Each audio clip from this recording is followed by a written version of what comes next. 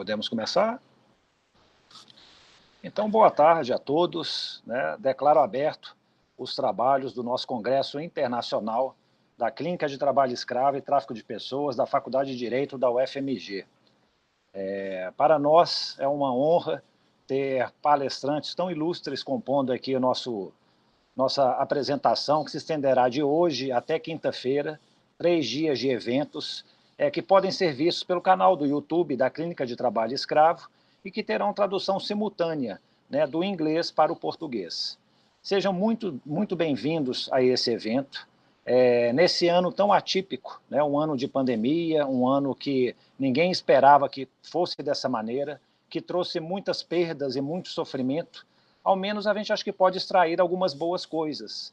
E acho que o que de bom nós podemos extrair é justamente poder congregar aqui pessoas do mais alto calibre, pesquisadores, estudiosos, ativistas, que talvez de forma presencial não poderiam estar presentes.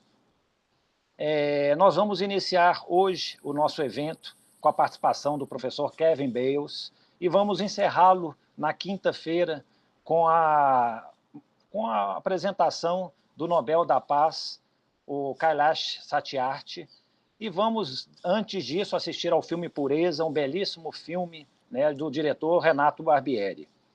Eu espero que todos vocês possam muito usufruir desse evento, preparado com muito carinho pela Clínica de Trabalho Escravo e Tráfico de Pessoas. Na realidade, a clínica é um projeto de extensão da Faculdade de Direito da UFMG e ela teve sua criação em 2015, seguindo o exemplo da Clínica de Tráfico de Pessoas da Universidade de Michigan. O objetivo nosso é atuar naquele tripé do ensino público superior brasileiro. Nós nos dedicamos à extensão, ou seja, prestamos atendimento gratuito às vítimas de trabalho escravo e tráfico de pessoas. E quando eu falo nós, eu estou dizendo os alunos, advogados, mestrandos da faculdade, os professores que, em comunhão de esforços, procuram trazer um benefício que a universidade deve levar para a sociedade. Também cuidamos do aspecto do ensino. Este ensino, os professores se dedicam semestralmente a ter aulas mostrando o marco jurídico do trabalho escravo, do tráfico de pessoas, tendo simulações, preparando técnicas de entrevista, atividades práticas e teóricas para capacitar o estudante de direito. E, por fim, nós temos também um trabalho de pesquisa, elaborando estudos, artigos e realizando eventos, seminários, congressos como este aqui. Então, este congresso é fruto desse trabalho. A professora Lívia é o corpo e a alma deste nosso congresso internacional. Ela contou com a colaboração de todos os estagiários da clínica e eu tenho certeza que, a depender dela e de todos os integrantes da clínica, nós teremos um evento privilegiado. Então, muito obrigado pela presença dos mais de 700 inscritos no nosso evento. Vocês vão ter um privilégio, uma oportunidade de ver pessoas assim brilhantes, falando de tráfico de pessoas, trabalho escravo e migrações. Sem me alongar mais, já passo a palavra à professora Lívia. Obrigada, professor Carlos Haddad. Eu vou pedir licença e vou falar em inglês para que os nossos convidados possam compreender e vou fazer a introdução deles.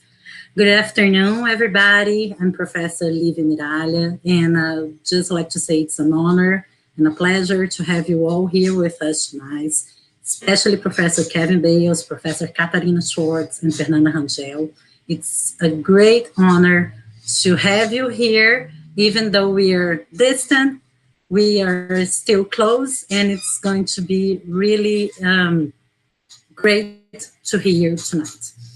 As Professor Carlos Haddad said, the clinic at UFMG, our slave labor and human trafficking clinic, it's an outreach project following the American model of legal clinics.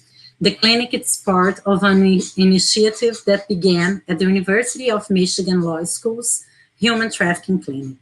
We exist since 2015, and we are based on the tripod of the Brazilian higher education, the outreach, teaching, and research.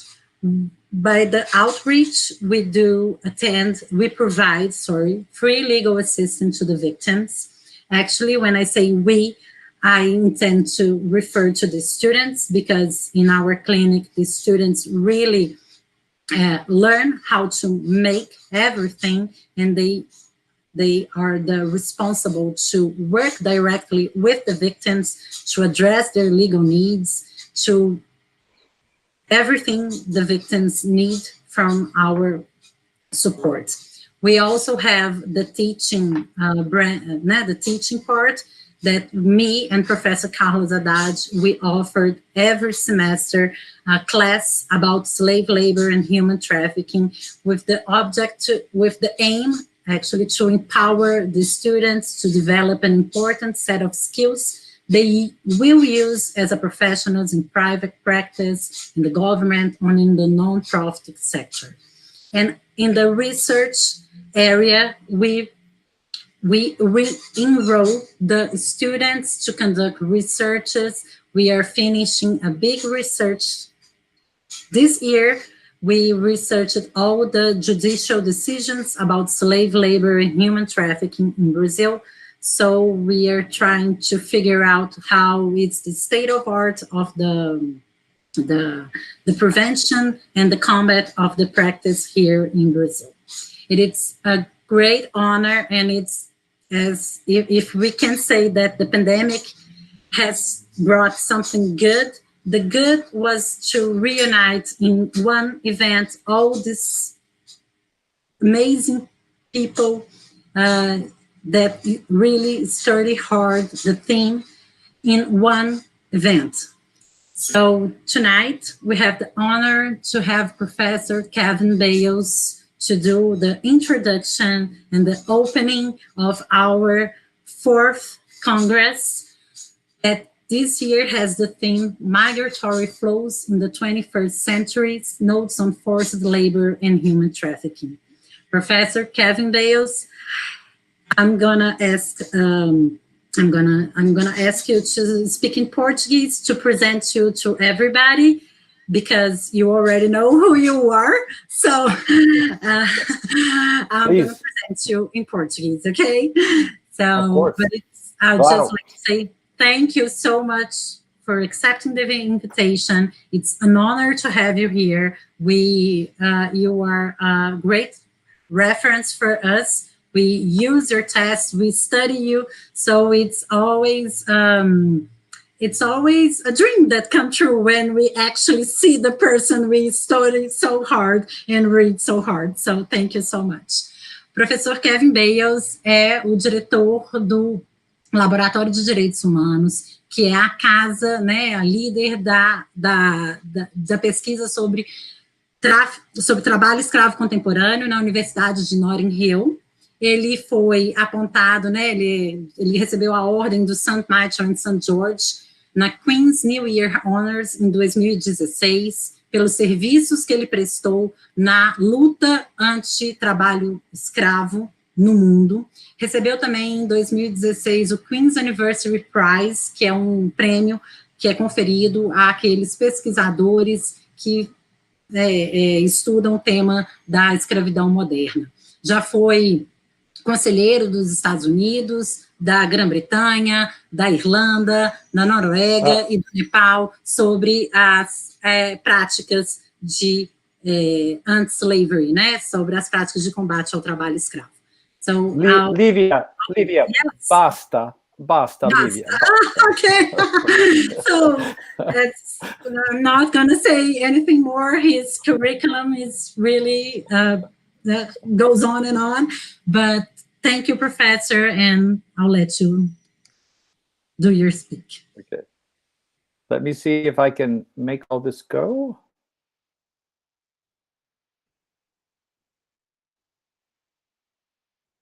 Now I think you have you can see me? See my screen? Yes. Good. And let me say first that I didn't know until just now the relationship with the University of Michigan. So I want to just say, I think we all have someone we admire in Bernadette Carr, who set up that first clinic She's a good friend, and I just have so much respect for her and her work at Michigan. She's been leading so many of us for so very long. So just to say, I think, so in a sense, we're cousins, that we have that. The second thing I want to say before I start is just this, that I'm very, very happy to be in Brazil and in Belo Horizonte again, but even though I'm not there. So I wish I was. I wish I was there. I want to just talk about, in a broad way, in a general way, about some of the new things that we've been able to do within our rights lab. The rights lab is only about 3 years old now, but it's the first time there's ever been a real concentration of researchers and sufficient support to begin to push the science and the development of ideas along in anti-slavery work. So there are new technologies, there are new ideas and new approaches. And I'm also going to offer to everyone, in case they keep their pencil and paper ready, some websites which offer new resources to everyone. The first thing that I want to talk about is that we've been working to understand better the relationship between slavery and conflict, between slavery and war. Now, this is a magazine. You may not know this magazine. This is the ISIS magazine, They put out an English language version. And if you notice, one of the key articles that they published in their magazine was about why and how it was that they intended to use slavery as part of their religious crusade and military action in Syria and the Caliphate and Iraq. It's helping us to understand both pro-slavery groups like ISIS and how they carry out slavery. So, for example, we began to study and work with evidence and testimonies of people who had been enslaved by ISIS. This is simply a map of what became known as the ISIS Caliphate. That means the religious country that they were attempting to establish, how they used prisons, how they established slave markets where they would be selling people out in the open, where they would enslave the male children, the boys, to turn them into soldiers. And it's also true that they would use online auctions to sell people across borders into other parts of the world. In other words, they were running an online virtual slave that was delivering an enormous amount of cash, of money, into the ISIS military operation. And then they would also work very carefully just to have registration sites so that they could keep track of the thousands of new slaves that they were capturing, particularly among the Yazidi people.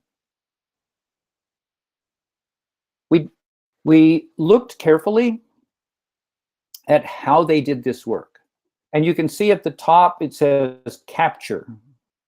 And then we began to work carefully through the system of enslavement that they brought to bear. It was not random. It was not accidental. This was a very careful, planned, strategic, as well as tactical use of slavery in conflict. I won't go through all these subparts, but you can see that women, for example, the elderly women were just executed, killed. Unmarried women and girls would then be used to put in rest houses, which basically meant they were available for sex. They would be given forced abortions if they were pregnant. Sometimes they would be given as gifts or rewards to IS fighters, to ISIS fighters, and so forth. But we worked out that the system of slavery, they had gone from being what historians call a society with slavery to becoming a slave society. In other words, a society that is based on economically and culturally the practice of slavery.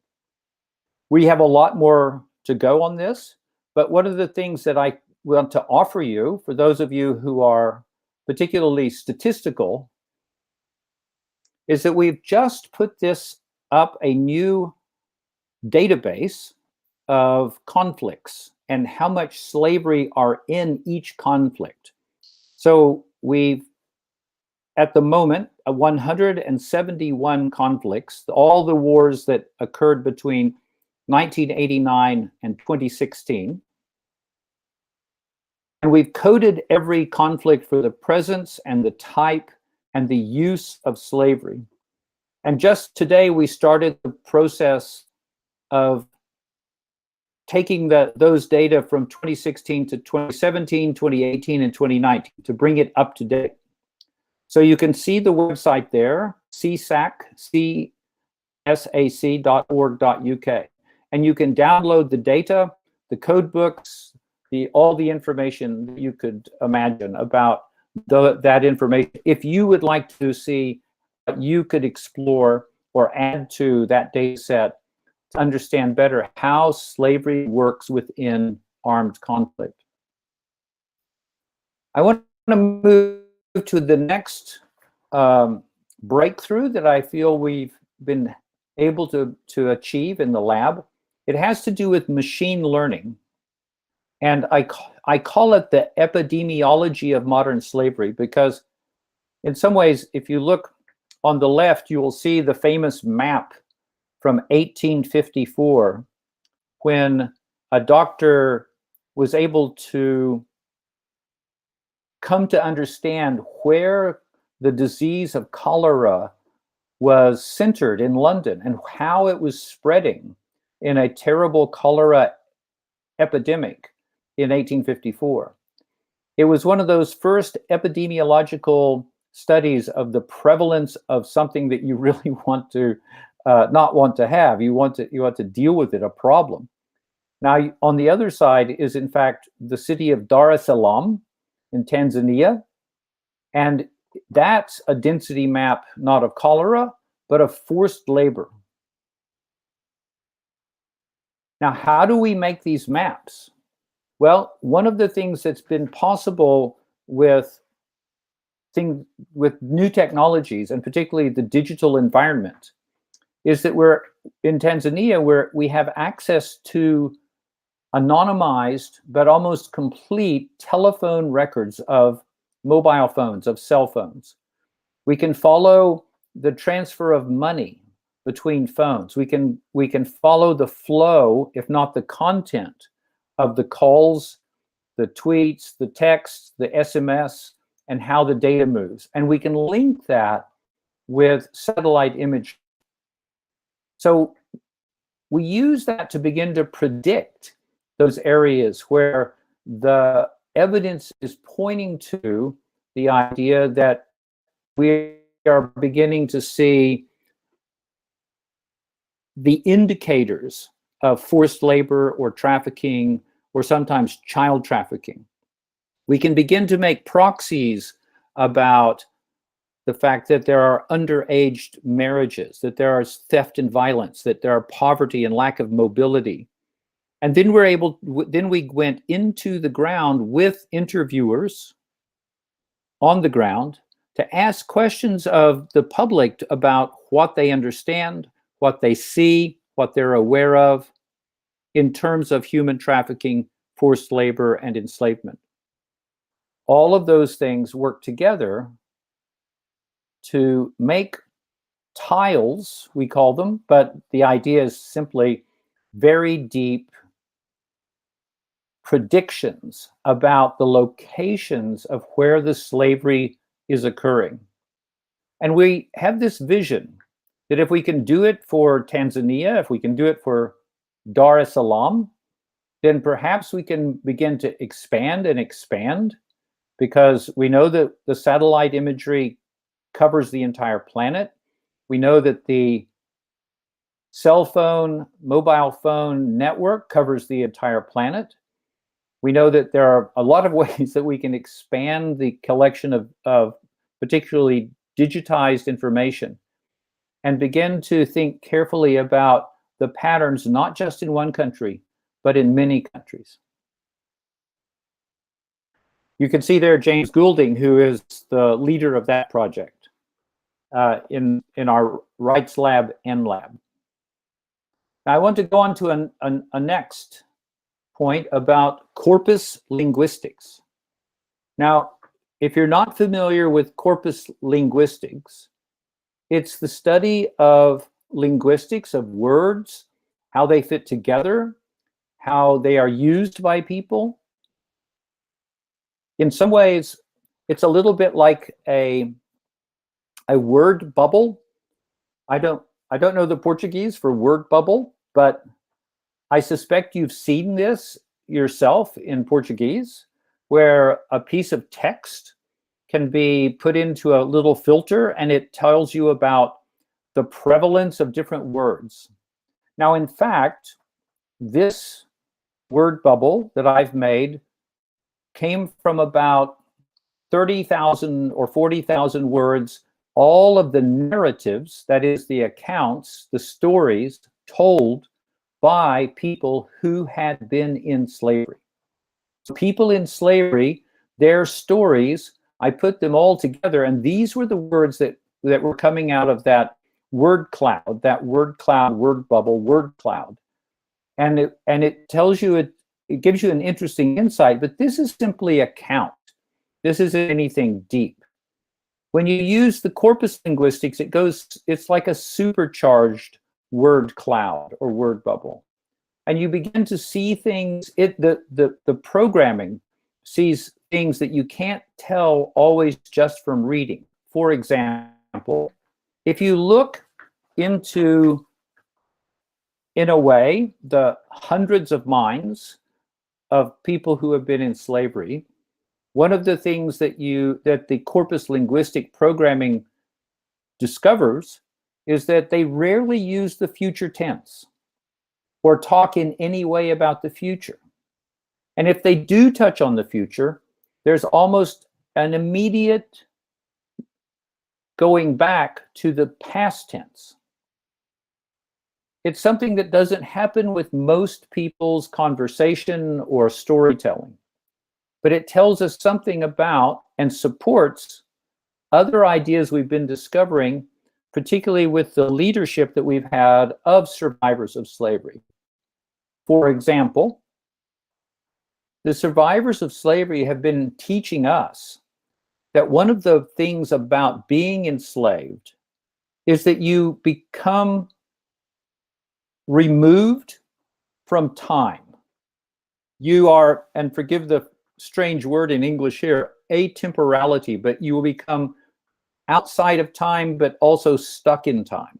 You are stuck or fixed in a present, an eternal present.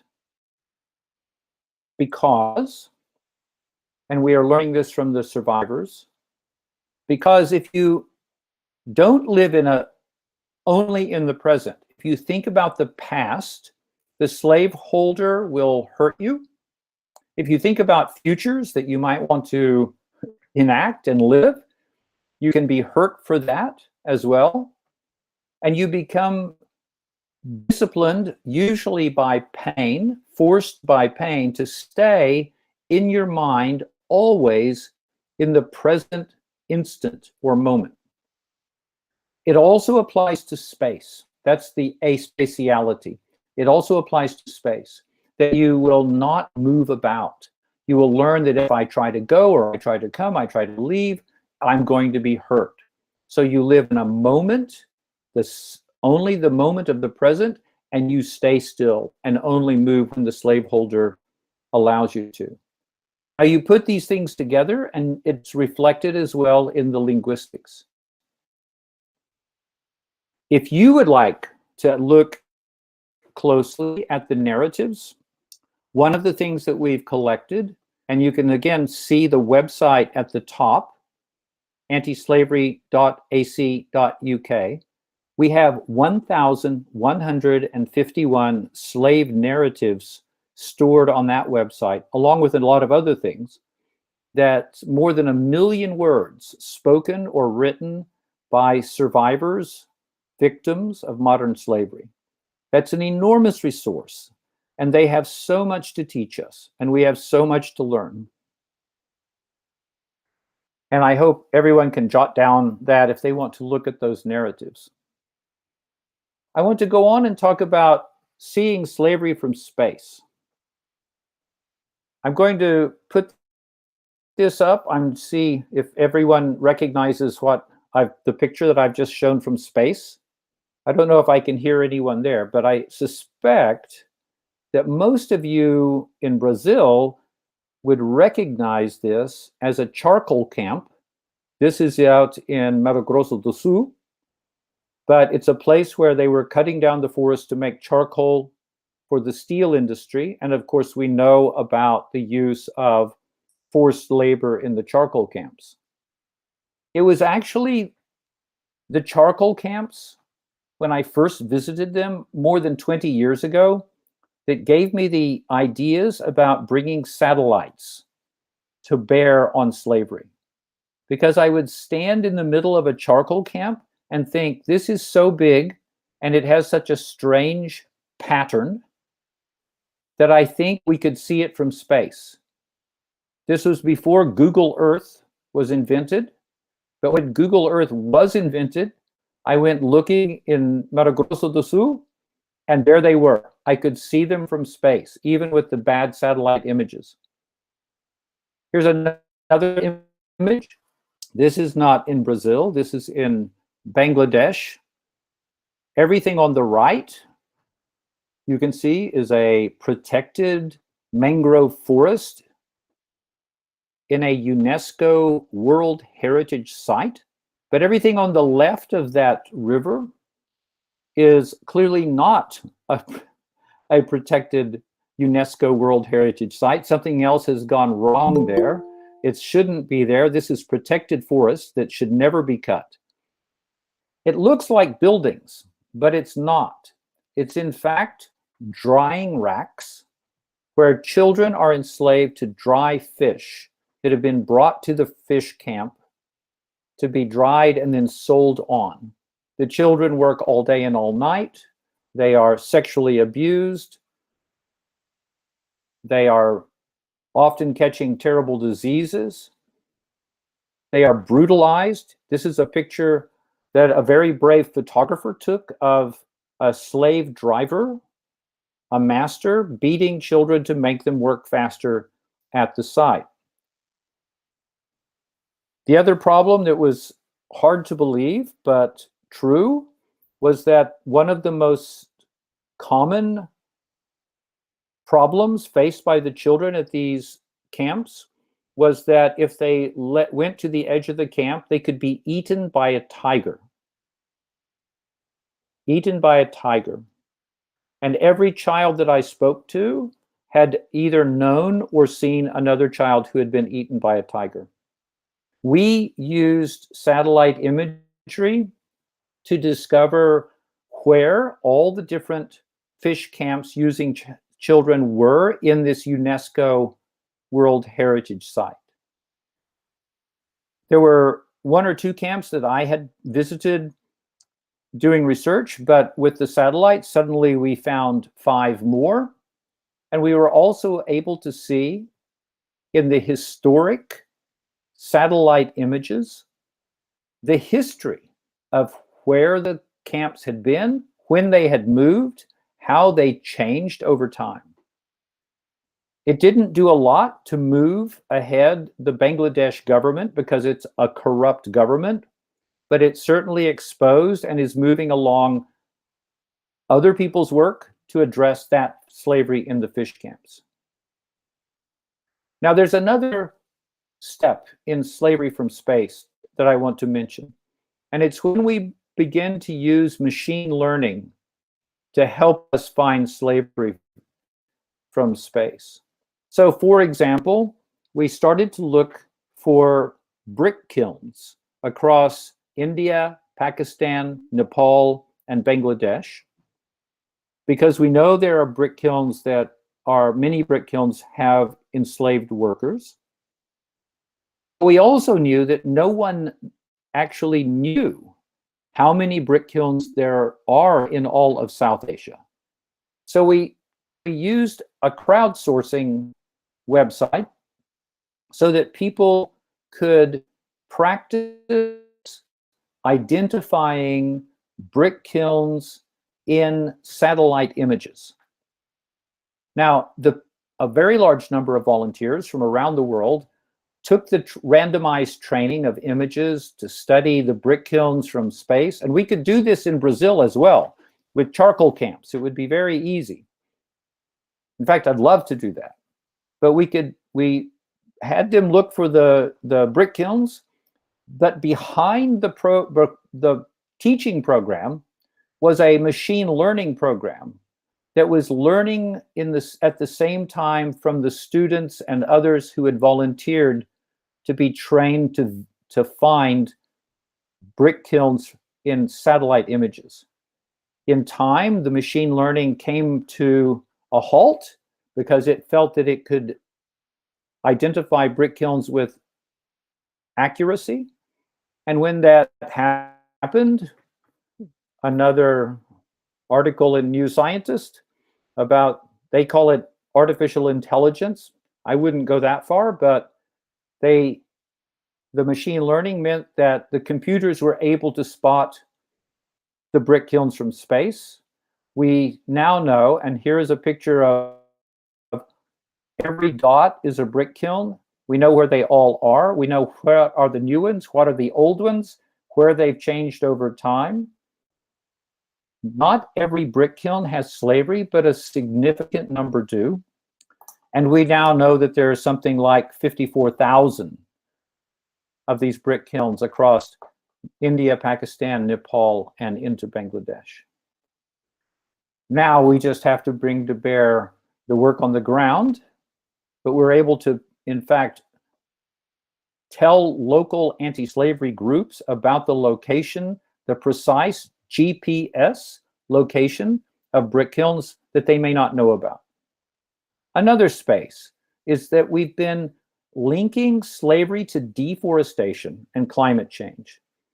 We've been thinking about how slavery exists in this new time called the Anthropocene, which isn't official yet, but everyone pretty much recognizes that it's true.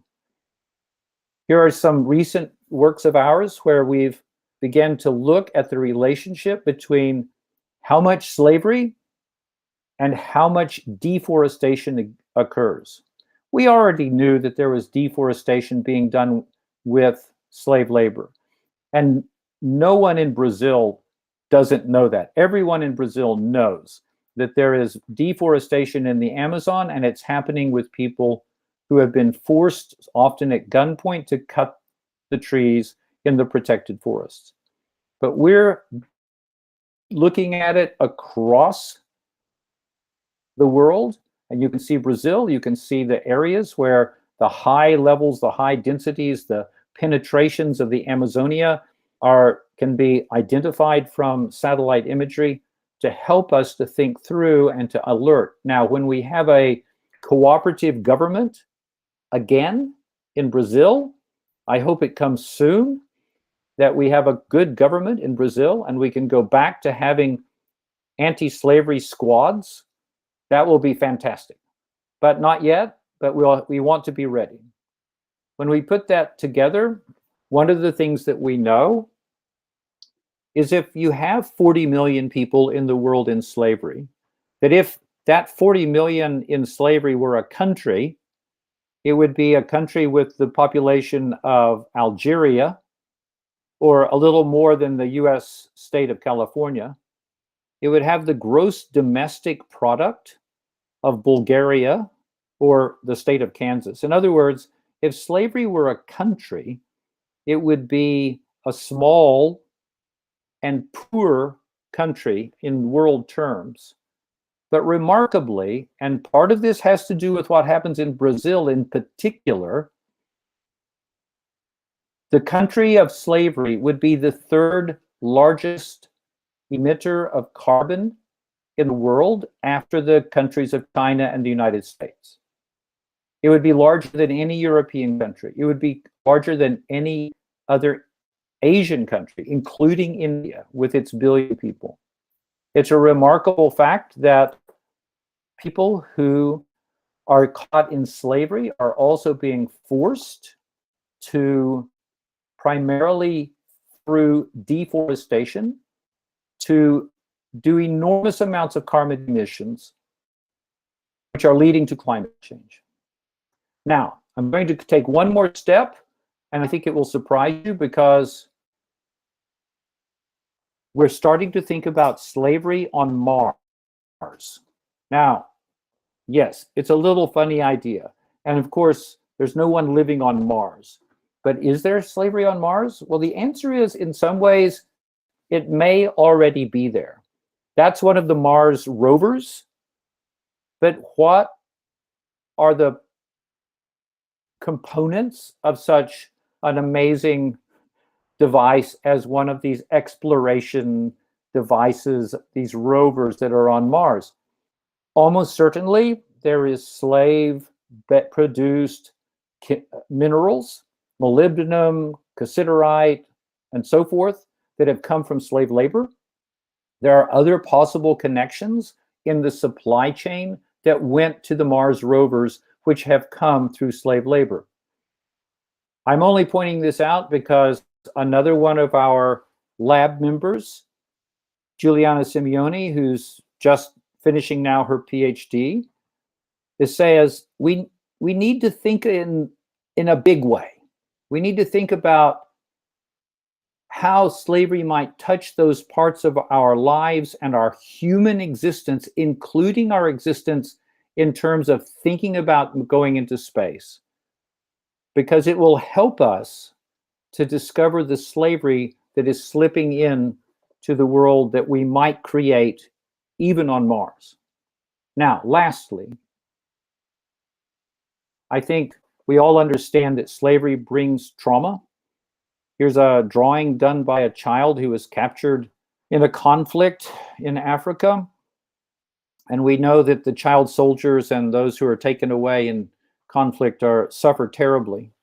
One of our next steps as well that I've been working on to achieve for a while, not yet, but we're getting there, will be to, in fact, explore with MRI, with magnetoresonance imaging, the impact of slavery on the brain itself.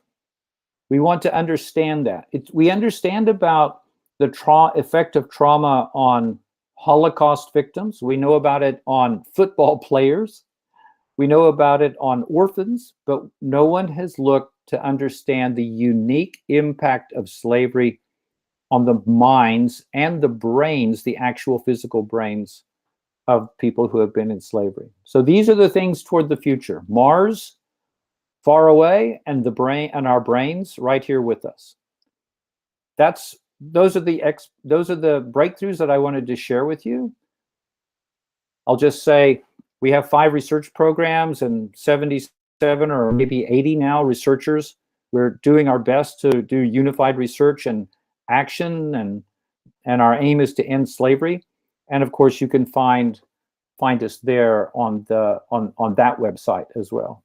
Now, can I go back to where I was? I'm going to stop presenting and say, I'd be happy to take questions now, Livia, if you like, but it may be that you want to shut me down now. Professor Kevin Bales, thank you so much. It was a pleasure and an honor to have you, and it was awesome to hear you and to find out so many different things. Actually, when you asked about the picture of the charcoal camp in Brazil, as for me, Yes, I think I can say that I didn't recognize at all, because from the top, it's really different from what we are used to. And just like a couple months ago, we also have charcoal. I said camp, but it's not camp, right? You can say camp. How do you say it? Sorry. Okay, we have charcoal also here in Minas Gerais. We are a state that has a lot of, and we are doing the legal aid, the legal assistance for some workers that were released from slavery in a charcoal camp. And by the pictures we have the pictures from the bottom, so we cannot recognize, but it was a surprise for me how you can do that from satellite. And okay, I have a couple of notes, and we have some questions for you, but I just wanted to say that this satellite system, it was something that we were really excited about. We had already seen that from your researchers, we had already studied it. And something that came to my mind when you were saying that you wanted to do that in Brazil also in the future. And I was thinking about how, what is missing to do this in Brazil? Is it government financial, or do you already have the research? How do you implant this system in the other countries to make it go work and stop slavery? It wouldn't be hard to do it in Brazil. It's really only about access to the images. And we now have a relationship with a large Earth observation image company that has satellites. Those satellites are over Brazil. They're over all countries.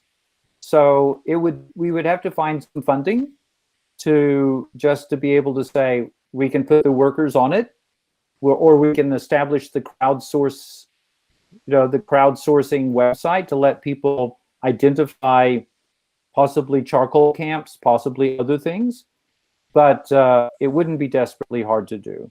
It would just be about finding the right partners in Brazil, and then talking somebody at the satellite company to share with us more. So we're always happy to discuss those possible projects. Yes, okay. I'm already offering our help to do this, to make it work, to help you find the funding and I don't know, whatever it takes so we can do this. Because when you were saying, I remembered a real case that happened in Brazil. As you could see from the satellite image, the camps are really big. It wasn't a charcoal camp. It was, I think it was the madeireira. Oh my God, I don't know how to say in English. Okay, the place that cuts the tree to make wood and Sure. Yes, so in by the rainforest, and so the authorities came to the farm to look for the slaves, and they couldn't find. But the authorities they decided to stay at the farm for a couple of days, because the farm was so big that they would take about 1 day driving to do all the perimeter. And so they decided, okay, let's stay here for 2-3 days. And by the end of the second day, the authority that reported the case, he said that people just started coming out of the earth because the owner was warned that the fiscalization was going. So he opened a hole and put all the workers inside this hole and cover it so the fiscalization couldn't find. So I was thinking about that, the satellite and maybe this drone, also the technology could help us a lot, because once you came to the farm, you could, like, I don't know, get the drone going or get the satellite images and find, I don't know, the temperatures, the people that were there. So that was really good. Okay, and so Carlos, do you have some questions? Dave, there are some questions in the chat, and Gabriel, for example, in the chat. Yes. Professor Bales, how was the work of mapping slave labor before the advance brought by satellite images? How was this transition?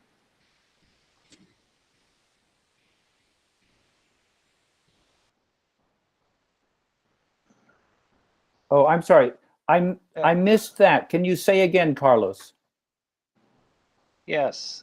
Gabriel asked, how was the work of mapping slave labor before the satellite images?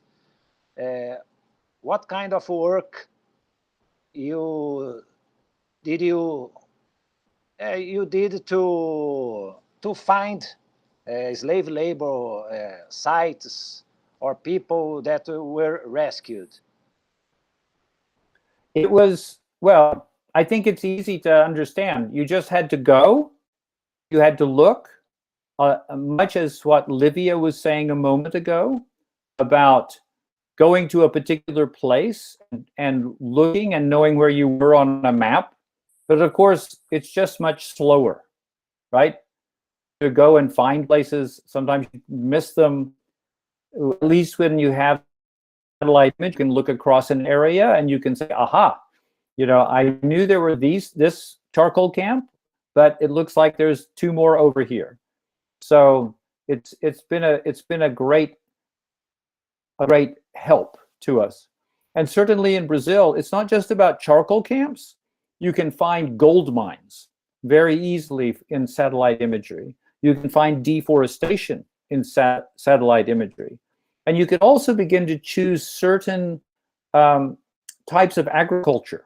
You said, right, we have an area where there are workers being abused in sugarcane. You would be able to find and see the sugarcane areas. And one of the things that you can see with satellite imagery is you can't see the individual people, but what you can see is whether or not there is big machinery or no machinery. If you see a mine for gold and there's no bulldozers, there's no big shovels, there's no big trucks, it suggests that there are people down there with shovels doing all the work. And it's the mines that have no equipment, large equipment, are almost always the mines that have slave labor. And I see this in Ghana. I see this in other countries around the world. In Congo, it's the same thing. We have another question for you, Professor. I don't know the name of the person because it said last ISW, and he's asking what's the definition of slavery? And this is another question that goes with another one that Laura said. What definition of slavery do you use? Do you use the ILO definition that it says that it's forced labor? And this is really interesting for us in Brazil because we have a different definition from the ILO. So we wanted to hear from you, please. Well, I know the Brazilian definition. I know the ILO definition.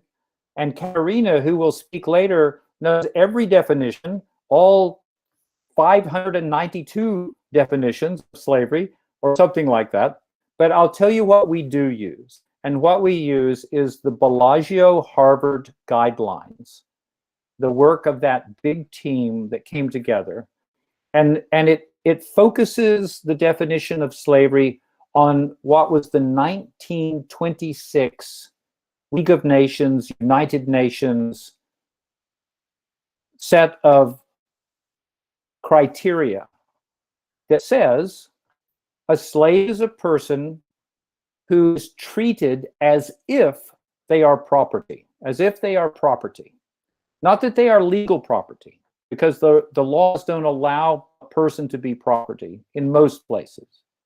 But if a person is treated as if they are property, then there's a high likelihood they're in slavery. And how do you determine if they're treated as property? Well, think about what you can do with something that belongs to you.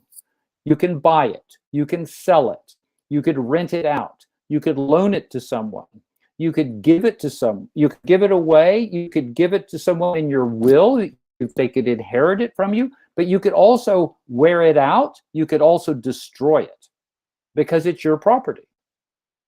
If anything that you could do with your own bicycle, if you could do that with a human being, abusive or nice, you could be, if you had that kind of control over a human being, like as if they were property, that's what we think of as slavery. Good, thank you, Professor. We have another question. We have a lot of questions, but to not delay the next presentation, I'm gonna try to to get some here. Marina Dorileo, she is asking you. You mentioned supply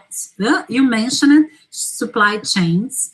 Do you think that the mandatory human rights due diligence instrument in the EU, in the Union, the European Union, sorry, is approved? There will be significant impacts on reducing slavery.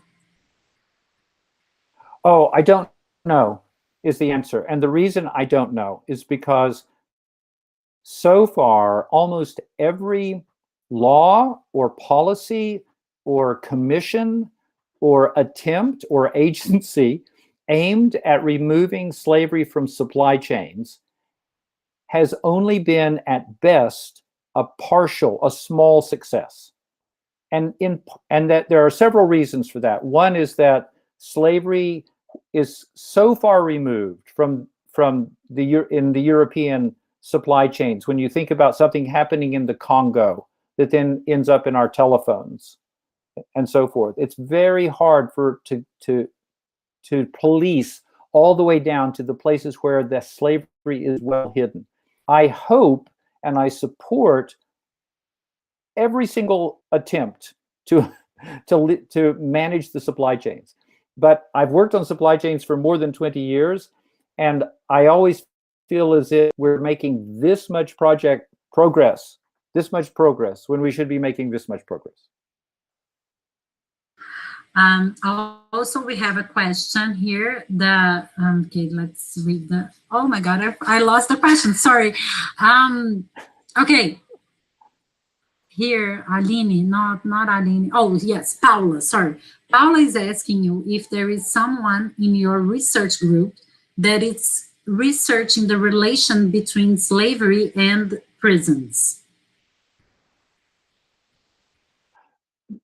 Well, I think Katarina has something to say about that, but I don't think that we have a team or a group looking precisely at prisons. And at the same time, we do have a little bit of work thinking about China and the prisons in China, but we don't have a central group on prisons, even though I would love for us to do so, because there is so much slavery in state-sponsored slavery. State-sponsored slavery is a tremendous problem in the world. So the database does include that, right? The state-based forced labor, it didn't, right? Well, the database that I showed in my talk was only about conflicts. So it's only about slavery and war. If we go back to something like the Global Slavery Index, when it was still operating, like the 2016 data from the Global Slavery Index, that did include state-sponsored slavery. Also, Andre is asking if the concept of slavery needs any kind of violence. Well, slavery is rooted in violence. I mean, it's hard to have slavery without, I mean, I don't think there's ever been slavery without violence. And I think that, You know, when you look at the relationship between slavery and conflict, I mean, conflict is about violence, and it's about violence being used to do a number of things, but enslavement is certainly one of them. Violence is normally the means of control that a slaveholder uses. They can also use psychological control, but of course, it's always been part of slavery to have violence, and that's true today as well. And I think we have time for one last question. Wagner Luiz is asking, he is a PhD student in environmental law, and he's asking about if you see any relationship between environmental racism, economy, and slavery. And if the clean energy and the, how to say that, the agencies, the governmental agencies, that if they can help in the combat of this form of predatory capitalism, if you can say so. That's his. Well, they certainly could do if they weren't working for predatory capitalist politicians, as you have now in Brazil, and as they have now in the United States, and we have in the United Kingdom as well. There's certainly a worry about, even in the areas of clean energy production, about a number of the components. When we talk about batteries, when we talk about solar panels, when we talk about especially the production of biofuels, as happens in Brazil. I think every Brazilian understands that when the government decided to go into biofuel, it meant bad things for poor people, and it changed the way agriculture works, all to serve the idea that other Western rich people could have biofuel instead of fossil fuel. So yes, that should be exactly where it begins to work, is when the regulatory agencies actually regulate, and you get the right balance on something like a biofuel, so it doesn't harm people, so that someone else can drive a big car in Europe and be a little bit more clean. It was a good thought, and that's a whole. He should write a book about that. Yeah. Because we need the whole thing. Yeah. Yeah, that's it. And it's a great thing that you linked the environmental problem with slave labor, because they are all connected, right? So it was great. Sure. Professor Bales, there are some other questions, but we cannot. Of course. Thank you. Maybe we can do a video with you later on, or we can send to you the questions, and we hope to see you again with us in the near future. And there are a lot, like we have almost 200 people watching us at this time, and good. I thank you very much. 50 comments that are just praising you and saying thank you, and just sharing that you were here with us, and your speech was incredible. So thank you so much. I hope to see you in the near future in person. So yes. Now that we know that we are cousins and we are related, so we can establish a more deep connection between your lab and our clinic, and we're gonna keep changing ideas. Thank you so much, Professor. You're very welcome. Thank you, everyone.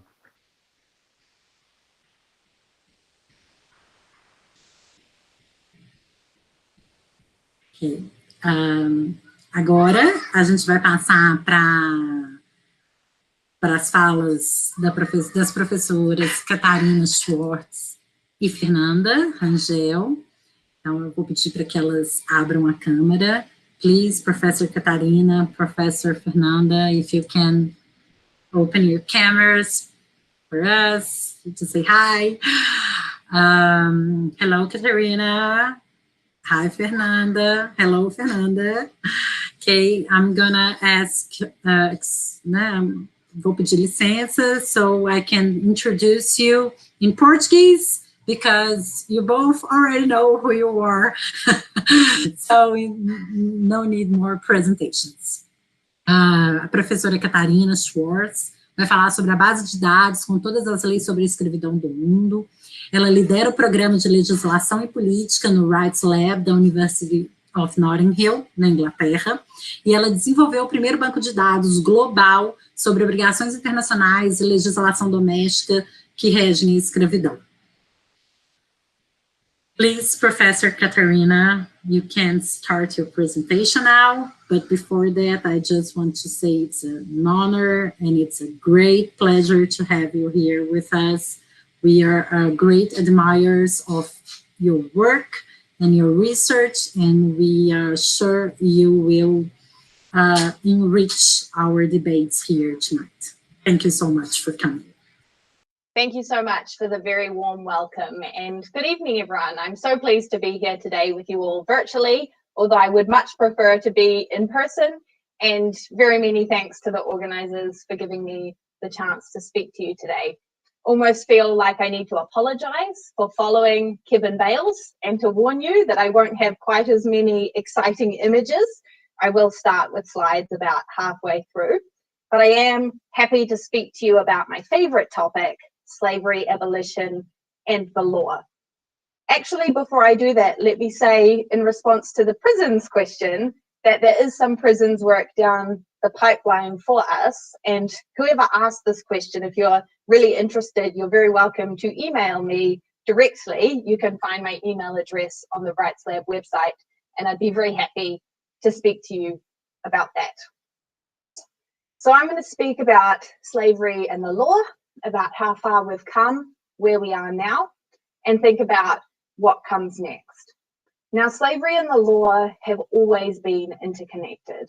The law has created and upheld enslavement, it has regulated and enforced it, and it has been central to efforts to abolish and combat the institution. The law is a framework of society, a reflection of ideology, and often a byproduct of politics, but it's also a tool used to shape and reshape the fundamental organizing principles of our lives. So it's both useful and important for us in the space of contemporary anti-slavery and work to address the most severe forms of human exploitation, to interrogate the role of law in both delivering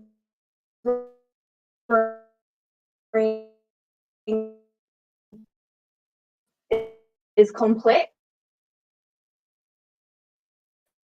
thousands of years throughout human history. And throughout human history, people have also resisted and fought against enslavement. While many people paint abolitionism as a feature of modernity arising in the 18th and 19th centuries in response to the horrors of the transatlantic system of chattel enslavement of African peoples, abolitionism, like slavery, has a very long history. The claim that the British abolition of the Slave Trade Act in 1807 made Great Britain the first country to abolish the slave trade, which is a fairly common refrain in British politics especially, is not only incorrect because the Haitian Revolution overthrew slavery several years earlier, but also because countries have been going about abolishing slavery for millennia. The Qin dynasty in ancient China abolished slavery in the years 9 to 12 AD. Debt slavery was abolished in ancient Athens 6 centuries earlier. In the 900s, enslaved persons were freed on a wide scale in the Korean Koryo Kingdom, and slave trade was banned in the City Republic of Venice.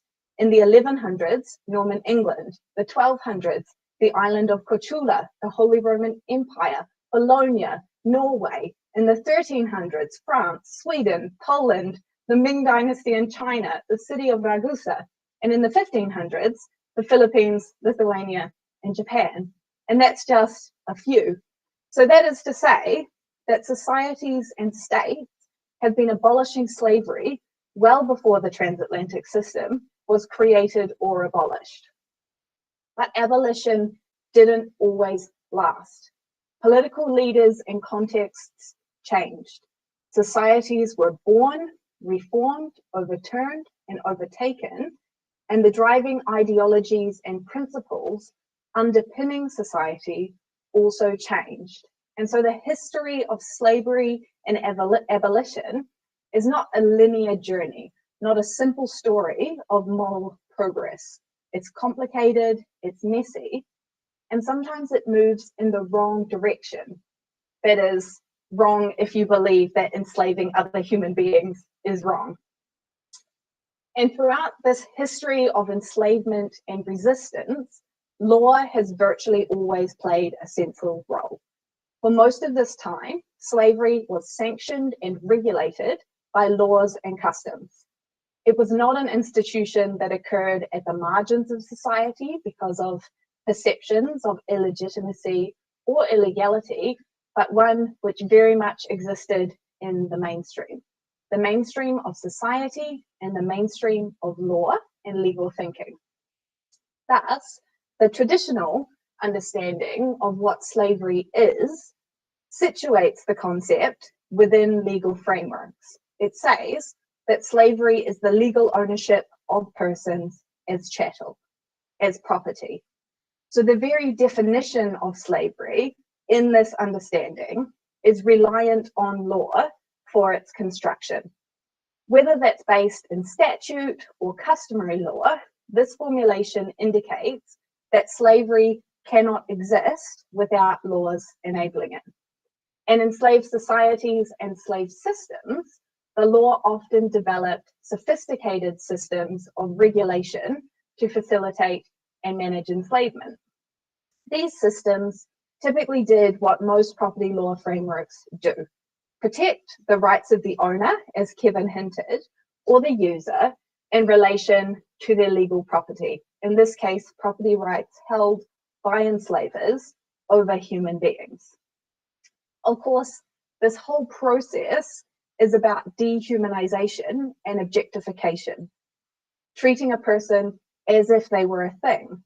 But of course, human beings are not inanimate objects, and they don't behave in the ways that things do. And so special regimes had to be developed to govern the relationship of property over persons.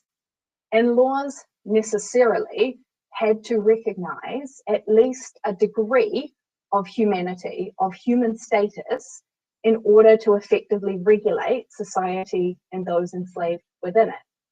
While enslaved persons might be classified as things in the context of property law, other branches of law, as well as social and cultural practice, recognize them as persons.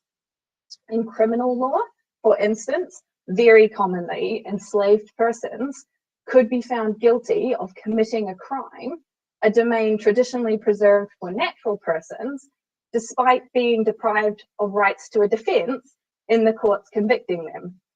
Even the restraints and prohibitions contained in the infamous slave codes of the transatlantic system affirmed the need to regulate the actions of enslaved persons as actors and not just as things. Regulatory systems also variously included some protections against abuse or enshrined some rights or freedoms for enslaved persons. In some contexts, rights relating to marriage and family life were protected. Permissions to be baptized or provided with religious instruction were included in law. Freedom, or at least recognition of the ability to engage in commerce, was enshrined. And sometimes protections against the worst abuses and cruelties were put in place in laws. These frameworks were constructed very differently from one slave society to the next, but a core thread remains. The law in some way had to acknowledge a degree of humanity, agency, or subjecthood beyond that of chattels. And so enslaved persons have always held a dual legal identity. simultaneously persons and things in the eyes of the law. And this was a feature of slavery in the ancient world, in Greece, Rome, the Near East, China, all the way through to the more recent transatlantic system. So I want to draw 4 fundamental lessons from the structure of traditional chattel slavery. 1, that the law is the mechanism and the conceptual foundation of enslavement in this system. 2nd, that the law treated enslaved persons as if they were things, but could never fully reduce them to such. 3rd, that the law, which we now predominantly see as a mechanism for protecting people's rights, in this case against enslavement, can also be the very mechanism through which those rights are abrogated or denied. And 4, we should be very concerned about any legal framework that shuts out a group of people from the rights and entitlements enjoyed by the polity as a whole, of any system that purports to deny people of the full recognition of humanity in the law, because those are the mechanisms that enable enslavement, irrespective of whether slavery is recognized in law and irrespective of whether dehumanization or objectification is completed. And I'm thinking in particular about denial of rights in prisons.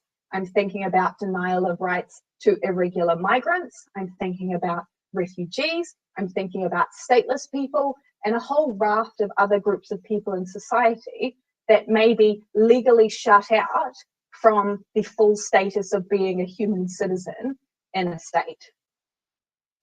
Although we'll talk in a moment about the definition of slavery a little bit more, and why it's not limited to legal ownership of persons in this classical model that I've just talked ad nauseum about, there is still a value in starting from this traditional understanding of slavery as a legal status and a legal institution. That value is driven by the fact that this was the form of slavery that manifested in the transatlantic system, and therefore the understanding of slavery that dominated 18th and 19th century abolitionism.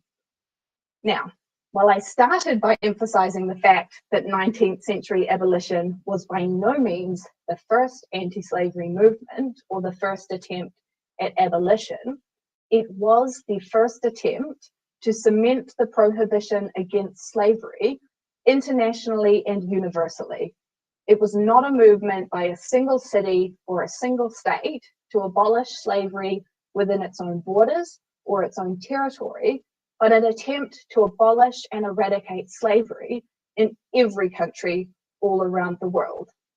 And it also produced the first international treaty of universal application, codifying the prohibitions against slavery and the slave trade, a treaty that is still central to the international law of slavery today, which provides the definition of slavery that has diffused international, regional, and domestic legal instruments and systems, and is therefore dominant today. So that is the abolitionism that in many ways forms the foundation for our anti-slavery today. How did the traditional understanding of slavery shape this global abolitionist movement? It suggested that slavery existed because of the possibility for legal property rights in persons, and that it could not exist without them. So the natural goal of abolitionism, therefore, would be to legally emancipate all enslaved persons and get rid of the legal frameworks that enabled and regulated enslavement and protected property rights in person. And once you did that, slavery could no longer exist. The problem with this, of course, is that it overlooks the fact that the very same relationships of control, exploitation, and abuse might still exist in the absence of legal protection. And it may even be upheld by the state. Legal frameworks might be constructed in such a way as to institutionalize the same relationships of control and exploitation, but within different frameworks and by other names, or corrupt governments and officials may be complicit in situations of enslavement, therefore engaging the mechanisms of the state in upholding and enforcing the institution. So it could look exactly the same as traditional slavery, or it might deviate somewhat. Which brings us to the definition created by the international instrument I mentioned a moment ago, which Kevin mentioned when he was giving answers, the 1926 Slavery Convention. I'm just going to make sure you have my screen. The convention moves beyond the traditional understanding of slavery as a feature of property law, whereby legal frameworks recognized and treated enslaved human beings as legal chattel. Instead, it captures the core relationship and nature of the concept of slavery in just 25 words. Slavery is the status or condition of a person over whom any or all of the powers attaching to the right of ownership are exercised. Now, I didn't intend to spend too long unpacking this definition now, although happy to address it further in the Q&A if people are still interested. For our purposes, suffice to say that there are two key strands to this definition. One, the status of a person over whom the powers attaching to the right of ownership are exercised. That is, traditional legal slavery enshrined in law. And the second is the condition of a person over whom the powers attaching to the right of ownership are exercised. That is, the manifestation of the same relationships, exploitation, and experiences, irrespective of legal status. And this understanding is critical. Firstly, because it brings the experience of slavery, absent legal ownership of persons, within the prohibition of slavery. This is necessary for us to deal sensibly with the concept and prohibition of slavery, because it allows us to consider the realities of a situation and not just their legal labels. And it prevents the institutionalization of slaveries by other names, including in the law. And secondly, it's critical because it fundamentally changes what the law needs to do in order to ensure abolition and prohibition. And just stopping it from jumping forward.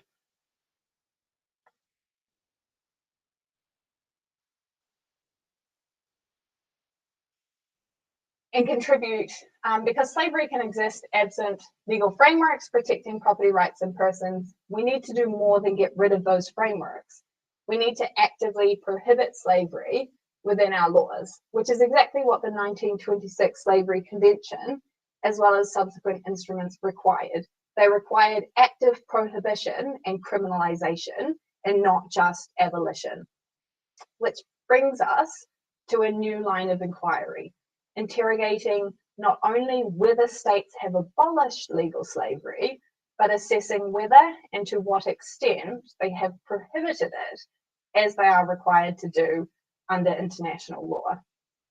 And let me tell you that people in this space have been operating under the assumption that slavery is already illegal in every country for quite some time now, for decades in fact.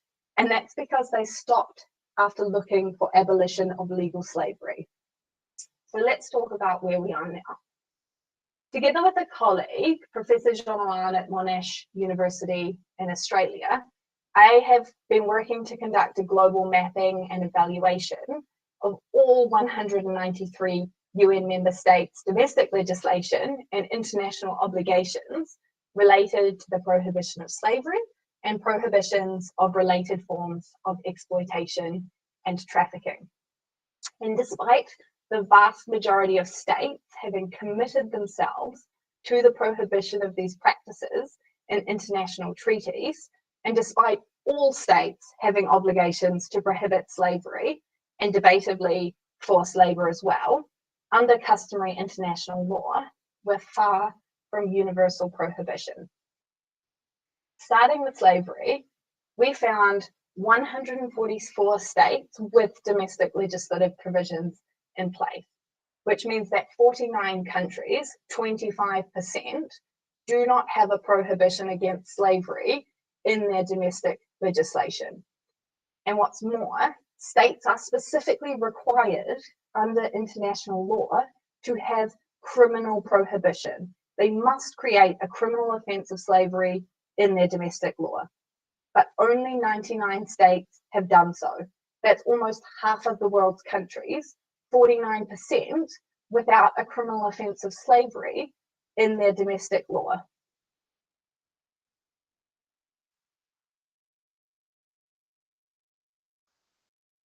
And that also carries through when we start looking at other forms of exploitation.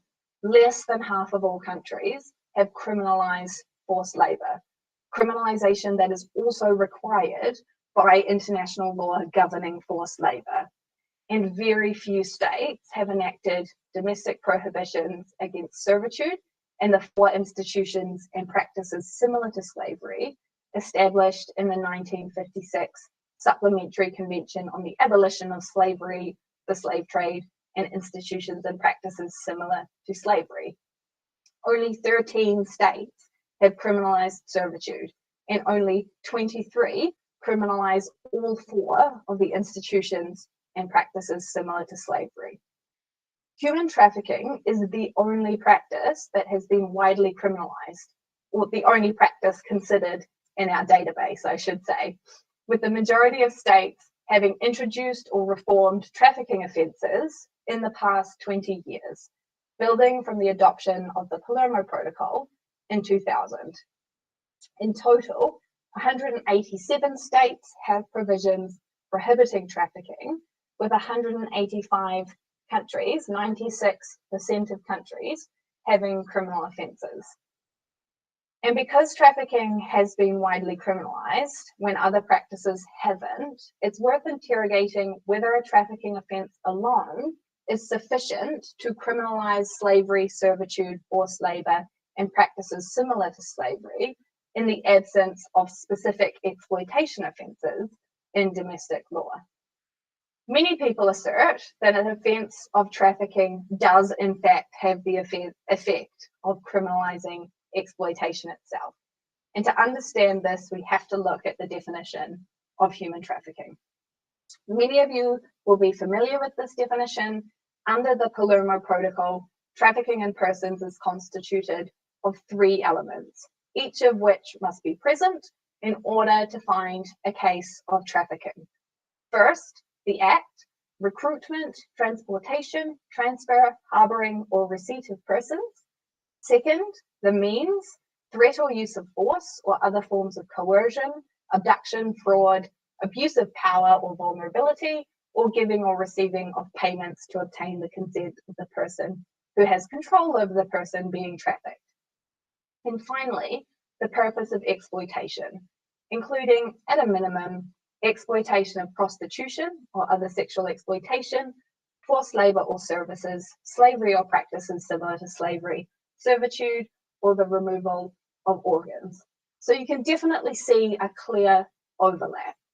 But to construct a trafficking offence in criminal law, you have to prove that the perpetrator committed one of the acts through one of the specified means for the purpose of exploitation.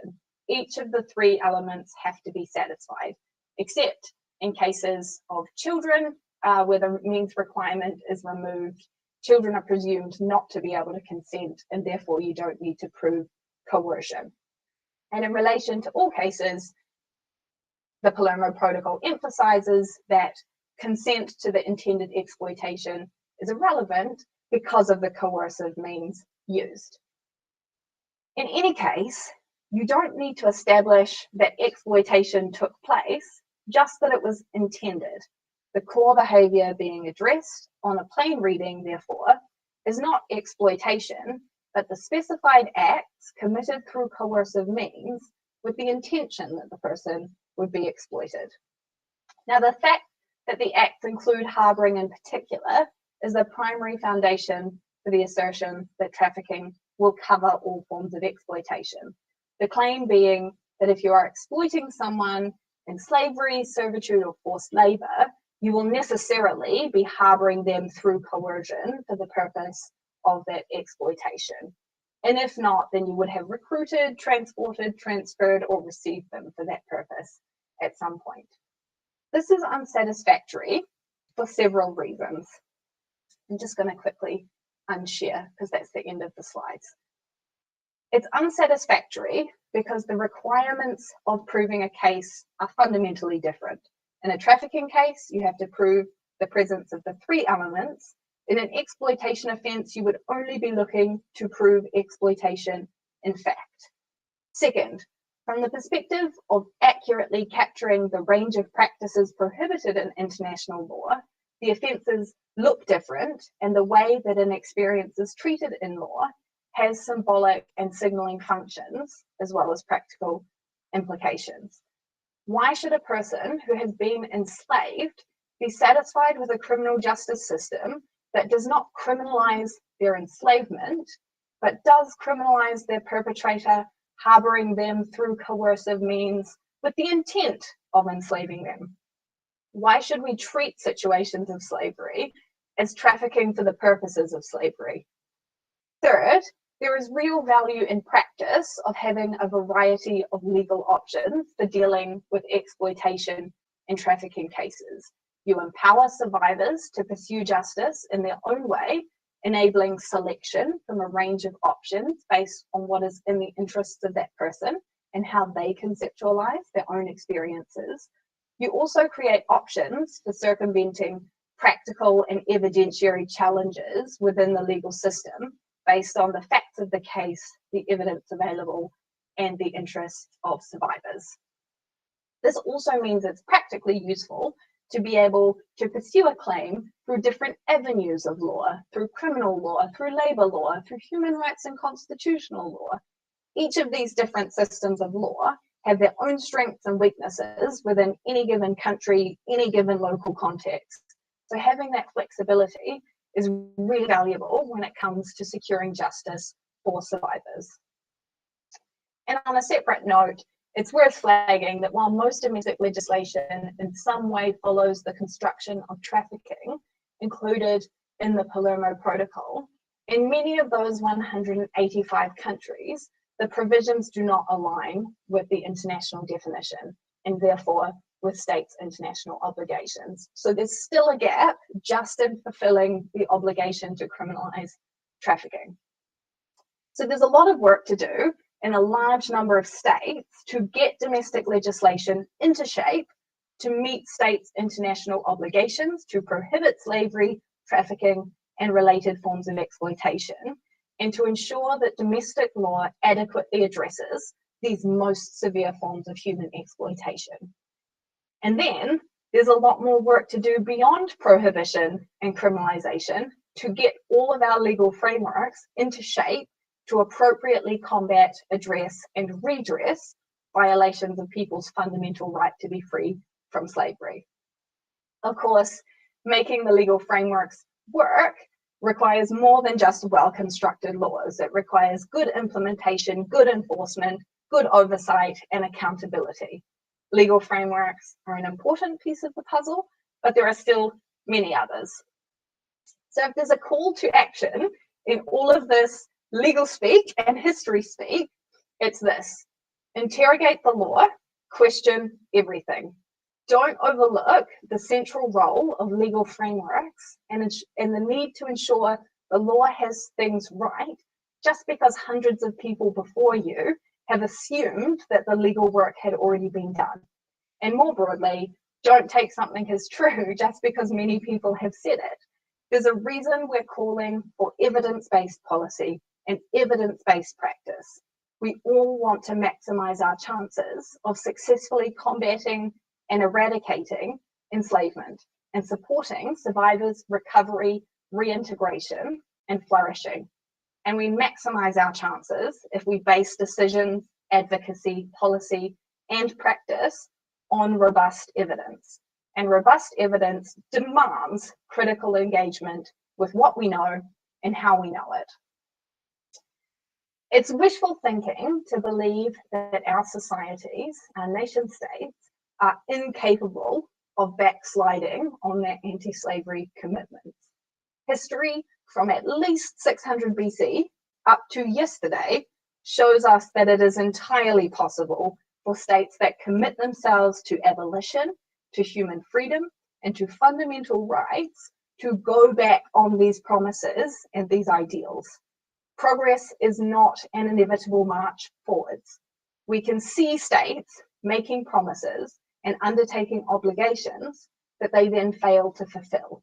We can see states introducing and reforming related areas of policy that make people more vulnerable to exploitation and make it harder to achieve the goals of anti-slavery. And we can see states sliding back on their commitment to anti-slavery today. But we can also see, better than we could ever before, a truly global anti-slavery movement capable of grappling with these challenges. A movement based not on internal action within a single state, but on a universal commitment to the most fundamental of rights for all people. And we're all part of making sure that that movement continuously improves simply by caring about the quality of evidence underpinning our actions and doing what we can to improve it. We're all part of this effort to make sure that progress in anti-slavery does keep marching forward. Thank you.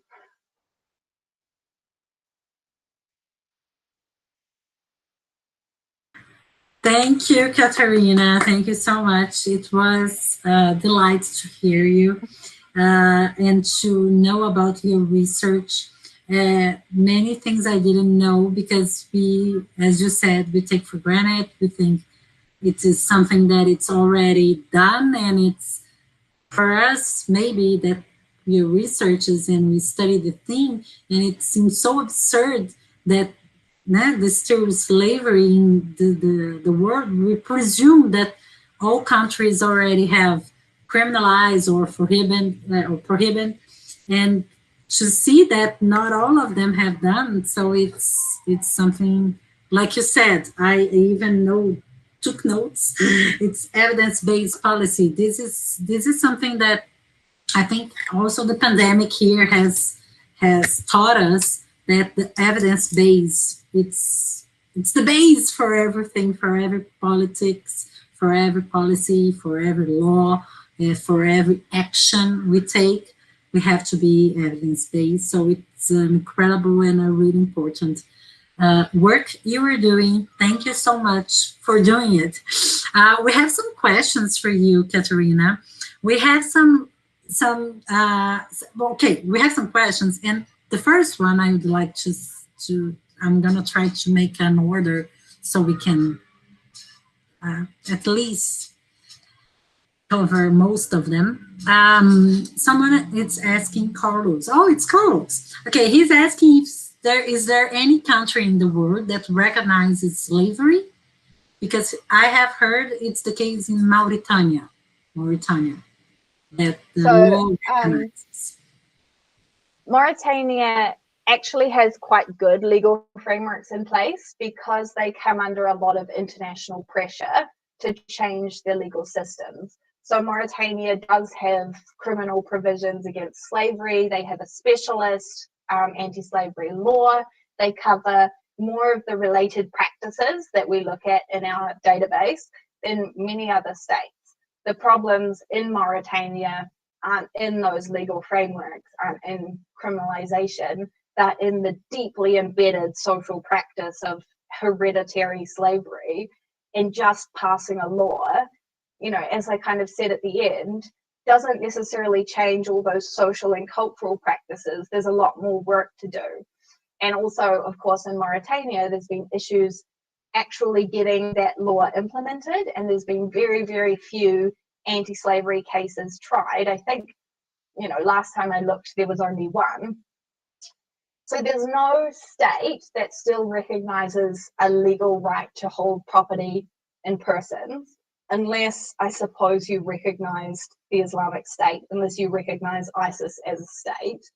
But there are many states that don't criminalize in slavery. And so in a kind of de facto way, they're allowing it to happen. and there are many states in which enslavement is normalized as a cultural practice in various forms. Okay, Katarina, as you said, that it's not, the law, it's not enough. I think we can say from our experience in Brazil, actually it's also one of the questions, and I'm gonna try to mix it with my own question. And I'm gonna say I'm sorry for people that are hearing you in Portuguese, because I think my question might have something to do with my not understanding of your English. Oh my God, it's been so long. I have to practice. It's not the problem. It's not with your English, okay? It's with me. It could be my accent, though. No. Yes. Well, anyways, you said, because you said that the countries that not prohibit and not criminalize, and you did this difference. And I was curious if all the countries that have not prohibiting, they also do not criminalize, right?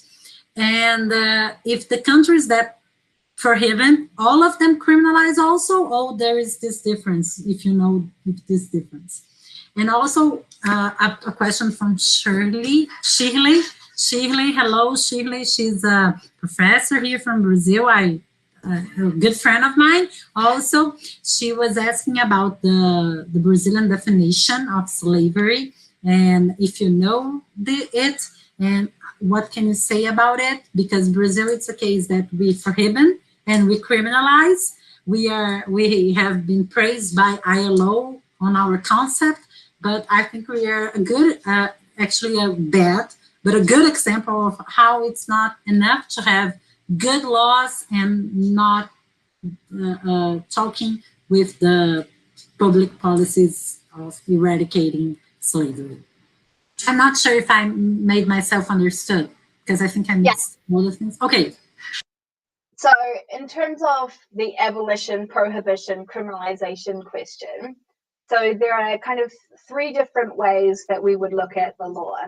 One is to ask, is there a constitutional provision prohibiting slavery? So that's a prohibition and would attach consequences normally within a system, but not necessarily criminal consequences. So it's not a feature of criminal law.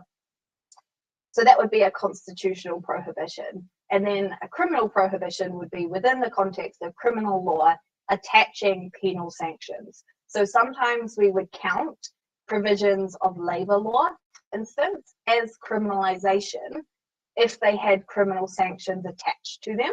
So if there was the possibility of imprisonment for a labor offense, we would count that as criminalization.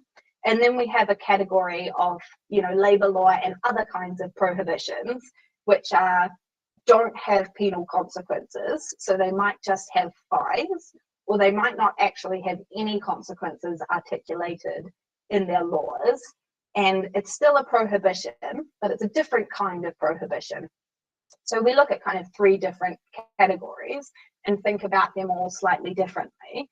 And they're all forms of prohibition, but only criminalization satisfies the specific obligation in the slavery conventions, in the forced labor convention, and in human rights law to criminalize slavery, servitude, and forced labor.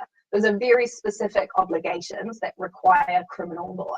So we count it as prohibition, but we don't count it as criminalization. That's the basic framework. And it lets us have a little bit of nuance and to give states credit where credit is due, essentially. In terms of the Brazilian definition, I think this is a good example of states grappling with the difficulties of defining slavery connected to history. So thinking about the history of transatlantic enslavement in Brazil and the meaning of slavery for particular communities within Brazil, and my understanding based on the work that I've done and with people that I've worked with, is there's a reason why there's resistance to using, just simply slavery in the way that we might use simply slavery. And so you look at conditions analogous to slavery, And so you're looking at this kind of condition of slavery by analog. And I think it's quite artful in a way to get around the difficulties of slavery tied to history, but still recognize the fundamental concept. And so I think in that way, it doesn't align perfectly with the international frameworks, but it does satisfy them. There would be other states with other definitions that don't align, but which also don't satisfy what's required by international law. So I think that's a kind of artful way to deal with practical challenges. And all states deal with practical challenges when they're constructing their laws, which is also why many, many states want to create and enforce provisions of trafficking, but not to look at slavery. And, you know, with my international law hat on, with my legal scholar hat on, I would say, no, you shouldn't do that. And I would encourage them to look at other options. But with my practical advocate hat, I would say, let's just make this the best darn trafficking law you could possibly have and make sure it captures all of those exploitation practices. So I think that's the theoretical meeting the practical.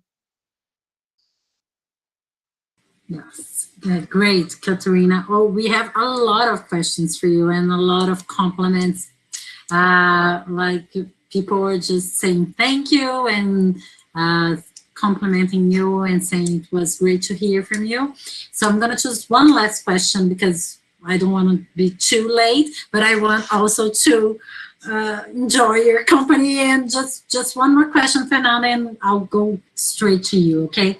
Because Maria Celeste Marques she has sent a lot of questions. So I'm going to choose one of her questions for you, and they might, if we get the chance, we can later on send it to you and maybe record a video or something with your answer.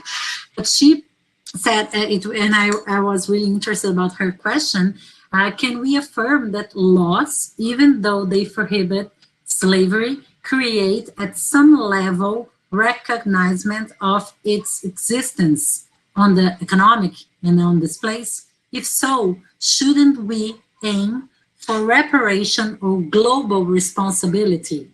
And I think she said it, she already recognized it's a problem, her question, because she also questions how we do this conventionality control beyond the state's sovereignty. I don't know how to say in English, oh my God. Beyond, you know, how we could do this global control that she's asking about. That's a very complicated question, and I'm not sure in a very limited time I could ever give a satisfactory answer. In regards to this global community kind of question, we're already on the way. I think we're still facing a lot of barriers when it comes to trying to ensure global justice for, you know, the most vulnerable people in our society that live next door to us, but also that live 19,000 kilometers away from us. But I think there are many more citizens in the world that are globally connected through, you know, communications technology, through travel, through what we're doing right now here. We're much more conscious of what's happening in other places and what people's experiences are like in other places. And the fact that we care about it and want to do something about it is really important. And, you know, I would say Brazil feels closer to me, you know, this year, maybe last year, maybe closer last year than it did this year, than, you know, it would have for anyone 20 years ago, because travel is more accessible and we can work in these new ways. But there are, you know, these huge challenges. If you think about thinking about the biggest challenge I can possibly think of, stop the Chinese government from enslaving Uyghurs. It's very hard to get the Chinese government to do anything, especially in the realm of human rights. So I think there are huge challenges to that, but the more that we are working together and connecting and globalizing in these justice spaces, I think the better.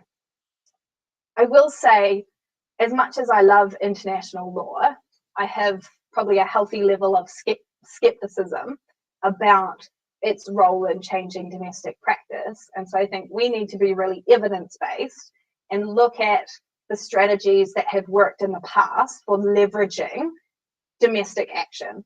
And we need to, and I'm trying to do over the course of the next few years, and many people are joining me in this, figure out what it is that leverages political change in different kinds of contexts, and then take advantage of that to leverage change in the future. So I think, the answer to that is also more evidence, better use of that evidence in trying to achieve change. And, the mission of the Rights Lab is about research for the sake of change, not research for the sake of research. And I think that's a really great movement throughout academia and throughout, NGOs and civil society as well, is trying to be more purposive and more evidence-based. On the reparations question, really quickly, I don't want to kick into Fernanda's time. I'm not sure if the person was asking about reparations for enslavement today or reparations for historical enslavement, which is also something I work on. Yeah, for today, I think, Katarina. The question was for today. So then I think, if it's state-enforced state labor as well, that's a great place to try and leverage some international justice and actually use the mechanisms of justice. We see at least that regional human rights systems, the Inter-American Court in 2016, the European Court of Human Rights since 2005, have been doing a pretty good job at doing justice in slavery cases and pushing domestic change. So I think those international mechanisms are really good because they ensure reparations for victims. But in those cases, we're talking about, individuals or small groups of victims and not about thousands or hundreds of thousands of people. I think we have to fundamentally recognize that justice needs to look like social justice, and that we need, people need to have their basic needs guaranteed. We need to do work to guarantee non-repetition. That's one of the fundamental principles of reparation in international law, is a guarantee of non-repetition. We just don't have that at this point. We're not in the place to have created the systems that, prevent people from being vulnerable. So I think sensible migration policy, I think social assistance and basic support, I think free and accessible healthcare, all those things are a form of justice because they're going to help prevent enslavement in the future, but also strengthening our domestic system to make sure survivors can access compensation. And, the UK has, in theory, a legal system that allows compensation. In practice, survivors cannot access it. They can't get legal aid to make compensation claims. They can't get reparation orders because they rely on convictions. So, we as legal advocates or campaigners have work to do to make the state fix the broken bits of the system that are supposed to work for survivors. There are many more things that I would probably say. And let me also say that my email is public. You can find it on the Rights Lab website. Anyone who's interested is very welcome to email me and ask additional questions. Thank you so much, Katarina. There were a lot of questions about your email, so you already answered them. Just go to the Rights Lab site and they will get it. Thank you so much, Katarina. It was a delight to hear from you. We are very honored to have you here. And I'm gonna go straight to Fernanda's. Fernanda? Hello. Hi. Hi, Fernanda. So, boa noite, Fernanda. Boa noite.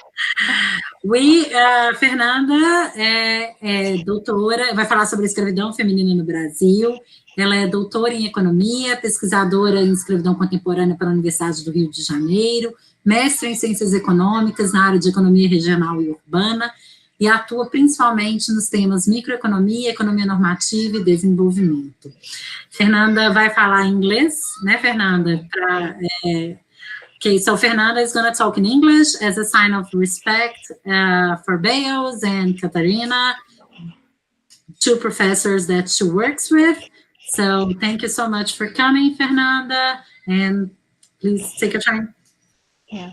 So thank you for inviting me. I'm thrilled to talk, but also a little bit scared because I'm after Bales and Katarina, so that's a bit scary. But I hope you enjoy my presentation. This is a paper that I'm writing with Katarina about female slavery in Brazil. And also I am writing currently a paper with Kevin about the transition between historical slavery and contemporary slavery. So I'm a bit nervous, but I would like to first of all talk about a little bit about the Brazilian data set that we have, that I work with for a couple of years, about the victims that were rescued and they are entitled to receive unemployment benefit.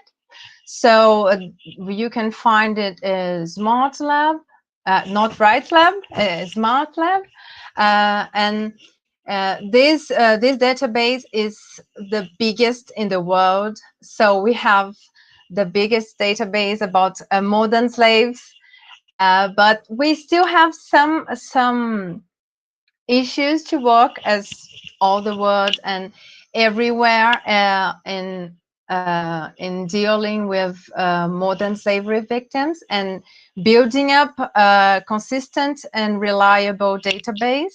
So we have a challenge in a Brazilian data set, as there is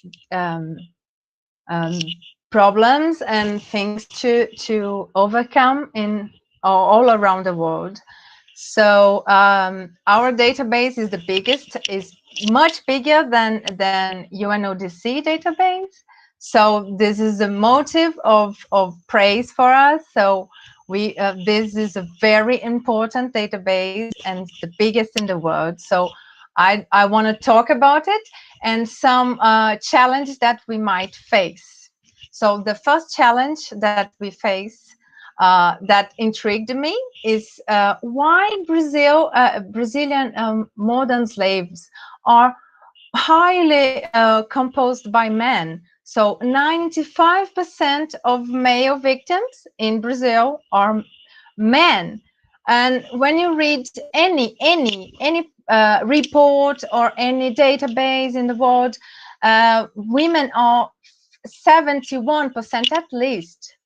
So at least 71%. But in Brazil, you have only 5% of women. So that intrigued me when I first started.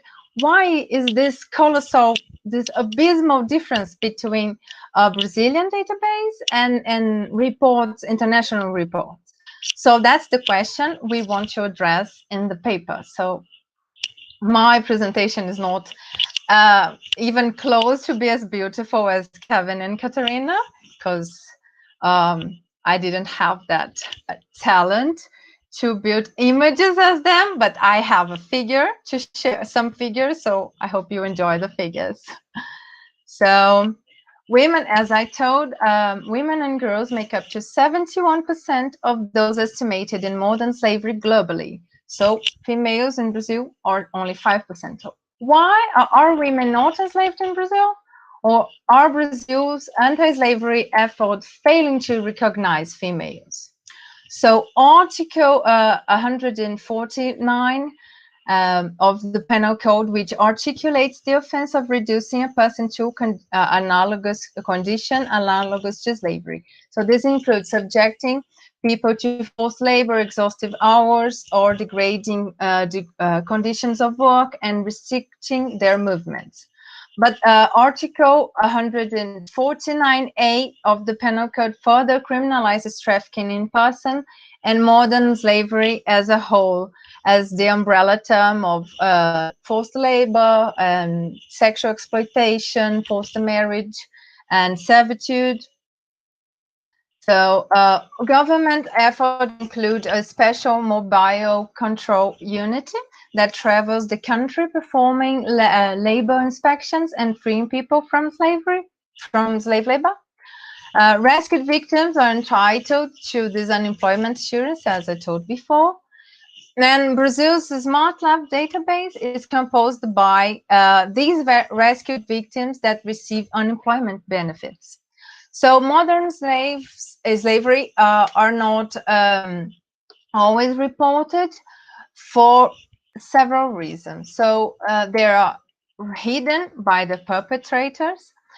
Victims can be confused with criminals. They face stigmatization and psychological barriers. Society and law enforcement are not always aware of the existence of slavery and may be able to identify them.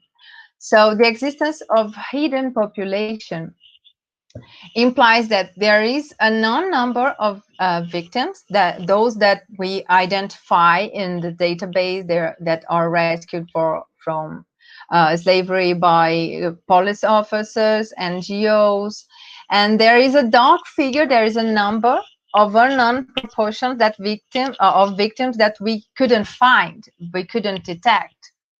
So the International Human Trafficking Database and reports as GLOTIP, CTDC.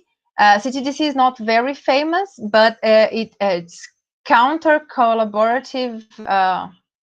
Now I forgot the name, but they unite Asia and Europe and Americas sexual exploitation victims. So if you're looking for a database about that, CTDC is the one.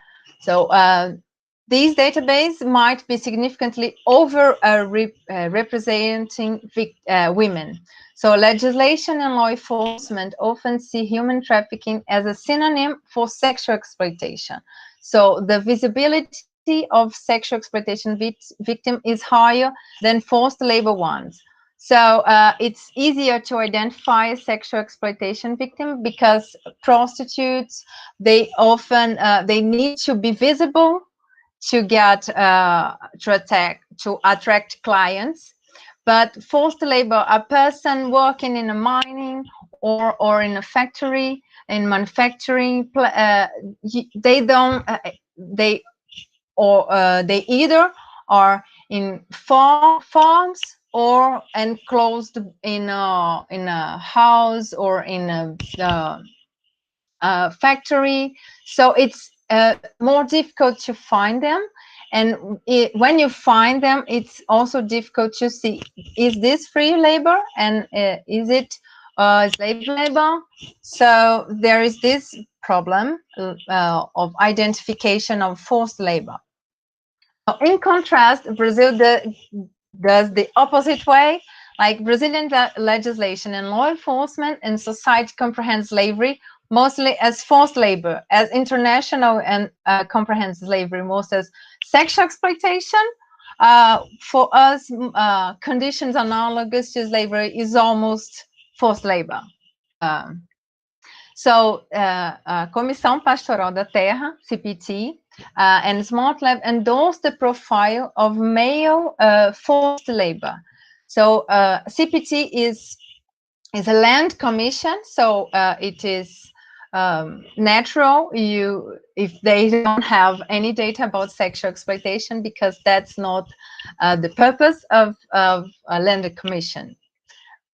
So females make up to 73% of global modern slavery and trafficking. And in South America, 84% of the victims are women and girls. And only, again, 5% are women in Brazil. So women account for 57% of the victims in forced labor and 99% of sexual exploitation. So let's take in mind that 57% of victims exploited in forced labor are women. Because if Brazilian database is composed by forced labor, still, why so few women in this sector? Like 5%, not even 30, IOL estimated 57%. So if you consider only forced labor, Brazil is still underestimate the percentage of women, I would say. So this is a graph about the percentage of women. So as this is the number of victims rescued in the in this axis, and you can see that on average 5% of those exploited are women, but this changes in 2018, which 15% of rescue victims are women. So this number over here, over the columns, is the efficiency. So what means the efficiency of the operation? So it can be measured as a ratio between the number of slaves rescued and the number of workers reached in the operation. So efficiency was higher in years in which investigations were concentrated in the sectors such as agriculture, mining, and construction.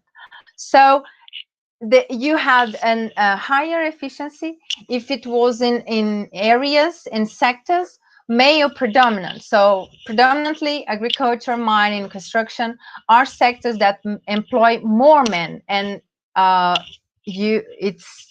this saying is based on a sample national survey, PNAD 2015. So this, we have another figure, rescued operations targeting modern slavery by a sector.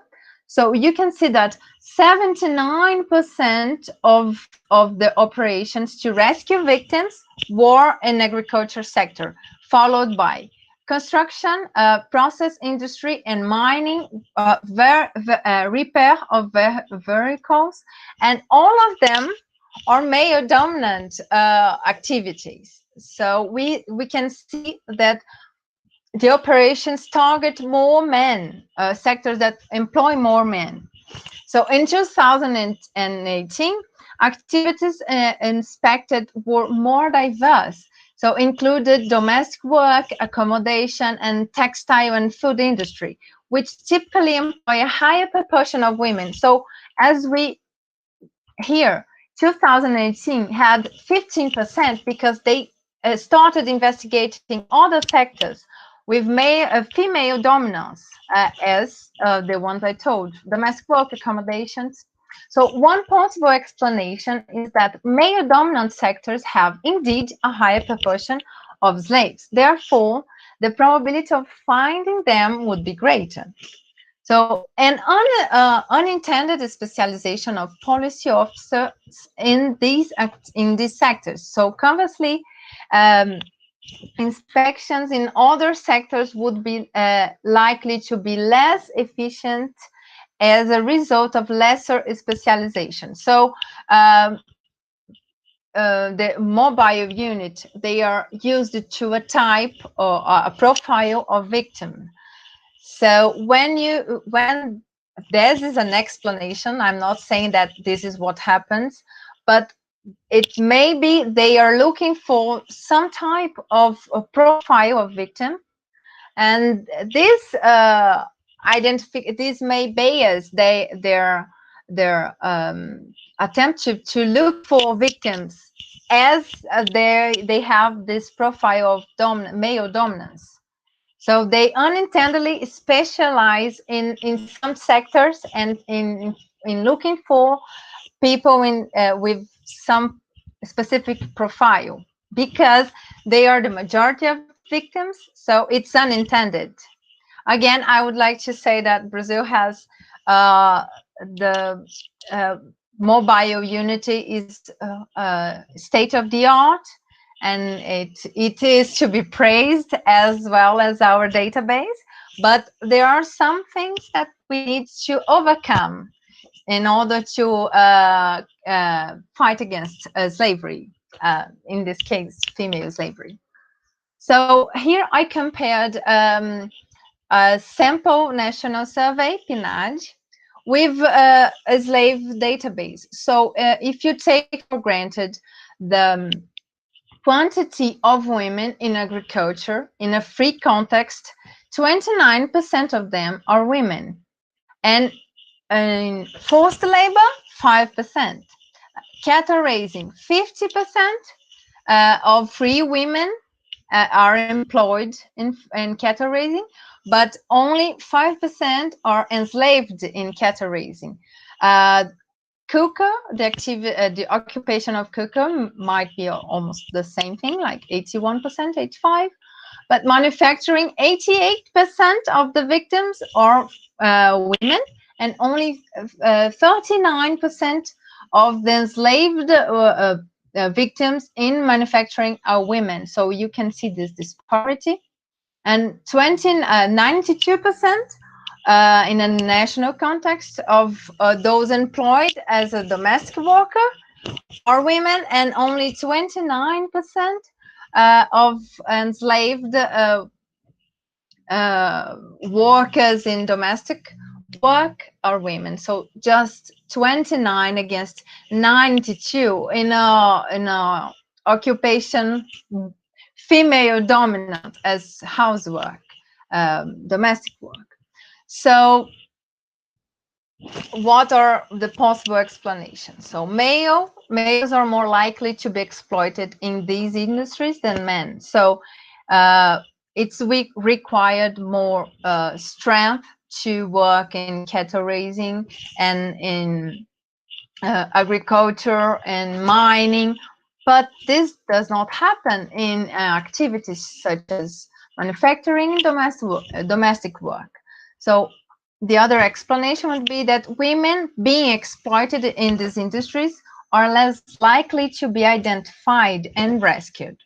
So Farrell and the other authors pointed that the higher the police commander's perception of human trafficking, the more cases were identified. So if the police officer, they believe that there were victims of human trafficking, if they were aware of the prevalence of victims, it increased in 351% the chances of identifying a victim. So there is this high importance of believing, of understanding that women are also a part of forced labor, and that they should look for them. It would increase the chances of identifying a victim just if the police commander perception increased. So this is a study, a great one. And so the exclude, so now we're gonna talk about sexual exploitation. We talked about forced labor in Brazil. So neither the Smart Lab database nor CPT database evidence any victims of sexual exploitation. There are no victims of sexual exploitation in neither database. So I believe this is the most important explanation of why Brazilian database has so few number of women. So there is no sexual exploitation. I also believe that, and as we have seen, forced women should be more identified in forced labor too, but there are no victims in sexual exploitation. So Brazilian law does not criminalize commercial sexual exploitation over the age of 18. And also Brazilian occupation classification regulates sex professionals. So you can legally work as a prostitute in Brazil, like not a prostitute, but a sex professional. That's the proper name. Even though it is a formal occupation, the Labor Department does not investigate exploitation in such cases, in such sector. I believe that the main reason why this does not happen is because these sex professionals, this occupation is not properly regulated. So you have some specifications, but you don't have, it's not regulated like as it should be. Like the conditions of how should they work and how would they work are not regulated properly in the labor department, in Brazil, Secretariat Department of Labor. So I believe this is an important thing to overcome, because sexual professionals are legal occupation in Brazil, but they are not investigated by the labor department.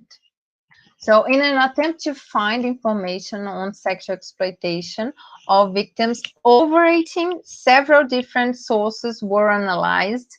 So São Paulo police reported over 1 million cases of violence against women, but there were no cases of sexual exploitation. Disque Direitos Humanos, which is a helpline of human rights, reports sexual exploitation of children and teenagers represented an average of 19% of complaints made to DDH. And as we see, as it's a helpline, it's 19% of complaints. These are not the victims, so there is no database of the victims, even though they are child and adolescents. You don't have like an anonymized database of this type of victims. So the other source is helpline 180 is specific for women, and it does not include the variable of sexual exploitation. So none of them report any cases of commercial sexual exploitation over the age of 18. So the majority of victims of sexual exploitations are adult women. So girls account for 23%. ILO estimated prevalence in sexual exploitation per 10,000 persons, and girls are approximately 4 victims and women are 7. So adult women are the majority of victims according to international law, and Brazil has the data about the complaints of victims under the age of 18. So we don't have a database of the victims under the age of 18. We have the database of complaints about the victims under the age of 18. And there are no reports. I couldn't find any reports or any victimhood list of victims over the age of 18. If you Google now, Brazil, sexual exploitation Brazil, you will find some words attached to under 18, like children, adolescents, but not over the age of 18, as if it did not exist. And global slavery and global reports, international reports, they affirm that the majority of victims exploited in sexual exploitation are women, are adult women. So if Brazilian regulatory institutions do not identify sexual exploitation of people over the age of 18, there will be no reports, investigations, rescue, and identified victims. So global reports tend to overestimate women, whilst the Brazilian database tends to underestimate them. Brazilian investigations focus on sectors dominated by men. Only 3% of the inspections targeted occupations that primarily employ women. So the percentage of women in forced labor increased when there was a diversification of economic activities investigated. Special Mobile Control Unit does not investigate forced marriage and sexual exploitation. There are no data available of adult women on Brazil's sexual exploitation. So regarding sexual exploitation, Brazilian women over the age of 18 have the legal apparatus of labor legislation. So there is an urgent need to investigate exploitation in this labor occupation. So if any other occupation you can find slavery, why can't you find slavery in sexual occupations? Why is that not investigated if that is a formal way of labor in Brazil? Why is that not investigated? So if the perception of Brazilian police commanders about the prevalence of women victims of slavery is increased, the number of cases identified would also increase, as suggested by Farrell and her colleagues. So women under the age of 18 have the legal apparatus of penal code. So this is a crime. But the victims identified are not added to those of forced labor. So if there is not a database of the victims under the age of 18, but if there was this database, it should be joined with the one that we told before, Smart Lab 1, which is basically forced labor. So it is important to create a unified database of slavery that contains survivors of forced labor and sexual exploitation of all ages. If we had this unified database, I can assure you that at least 50% would be women. In forced sexual exploitation would increase the number of women in the database. So that's all. I did it with the funding of CNPq. Thank you so much, Fernanda. Thank you. It was great to hear you. Perfect explanation. Your research is incredible. It's something that it's driven me a lot this last years, actually. I have a student that I want you to meet, to get in touch with you, Marcela. She's studying the subnotified women in slavery, especially domestic slavery. So I think that you came to the point that it's correct.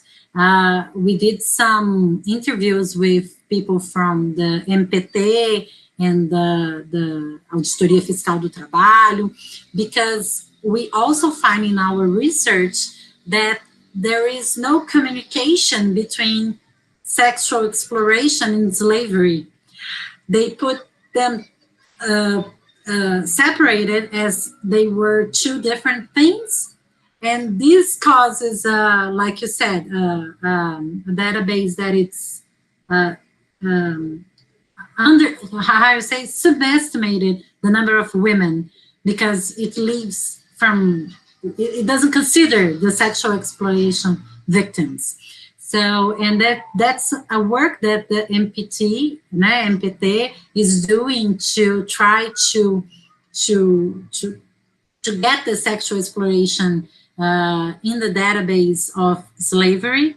And Dr. Katarina Schwarz and Liz Sobral, we talked to them, and they're really trying to do this. So thank you so much. Your research is incredible. We have some questions. I know we probably won't have time for all of them, because I don't want to spend too much of the time we had set. But Maria Celeste Marques and Carla Leal. Carla, it's a professor. Hi, Carla. Shirley, Antonio Rangel. I'm gonna try to wrap all those questions they made for you. Okay, they were kind of dialoguing here chatting in the chat, and they were all saying about this the thing about the sexual exploration and also the domestic slavery.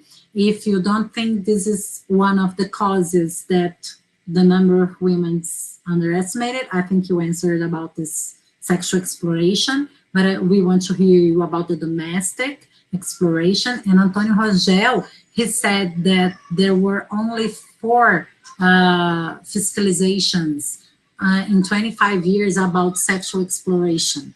Usually it's not the labor fiscalization, the auditoria fiscal that does this work. So if you think this is a problem, and also on the domestic slavery, if you've thought about racial recorte, né, racial, a racial, I don't know how to translate, but you speak Portuguese, so you understand. Recorte racial on your research. Yeah, so about the sexual exploitation, as I said before, it is the most problem why Brazilian slavery is so underestimate women, just 5%, because it's not included sexual exploitation. And this is a problem of not considering sexual exploitation over the age of 18 and under the age of 18. So Brazil police officers are not looking for sexual exploitation victims, and that's I'm not a lawyer. I am just an economist asking questions about law, and that's why I have been writing with Katarina, because you have all legal apparatus that say that you should not do that with child and teenagers. So there is no one looking for that. And if they are, where is the database? Because it should be linked to the forced labor, because they are all modern slavery. So I believe that is related to our concept of analogous to slavery, and our belief that modern slavery in Brazil is just forced labor. And once I presented another paper of mine about municipalities, the determinants of municipalities in Brazil, and I heard a famous economist saying, "Oh, this is not happening in agriculture. This is happening in mining, and it's not that at all." And I said, wow, this is not me talking, it's the database. And well, all of this together, and our concepts and our beliefs, and we have in our image that luxury prostitute, that is that women that has agency to choose if she's not being exploited or not. But I have worked with some victims in Rio of sexual exploitation, and they earn like 5,000 reais per week, but they starve. They don't have. I know that that's not all cases, but there are cases that they are being exploited. They don't have food to eat. And when you give them food, they eat all at the same time because they are starving. So why this unit is not looking for victims under the age of 18, and why under the age of 18, and why if it's a legal, if it's a labor occupation, why the labor unity is not looking for women in sexual exploitation over the age of 18. So I believe that it's all come together, like it's not regulated. About the question of race, the Brazilian database has race. So most of the victims, I believe 62% of the number of total victims is missing value. So you don't know quite exactly their race. So I can say that of those that identified race, the majority are Black and brown. That's not it. pretos e pardos in our context, but in this database. But the number of missing values are so high that I can't say that for sure, because it's not there. So that's another problem. The missing values are high. And about domestic work, it is really intriguing. Why is if you take ILO estimation for granted, I believe that it's 89% of victims of domestic work are women victims of domestic work. 89% of them are women. I don't know if that's the right number, but it's really high. And that's not what happens in Brazil. So why? That's the question I'm addressing. Why? So I believe it's mainly because police officers, they tend to look for a profile of victim. And that's unintended. They don't. It's not, oh, I just want to rescue men. That's not it. They are used to a type of that because it's most prevalent. So that's a thing that we have. It's a challenge that we will overcome. I am sure about that. And we have, as you told in the beginning, we have been praised by ILO, and this is another thing that we will overcome, because we are state of the art, I would say, in our database, in our mobile unit, and this will happen. It has to be said, because it has to be improved. Thank you so much, Fernanda. We still have some questions from João Vitor, Kenya, Cynthia, but we're going to try to do like we did. We want to try to do with Bales and Katarina, that it's to record a video, to send you the questions, and to get in touch with you. So later on we can say.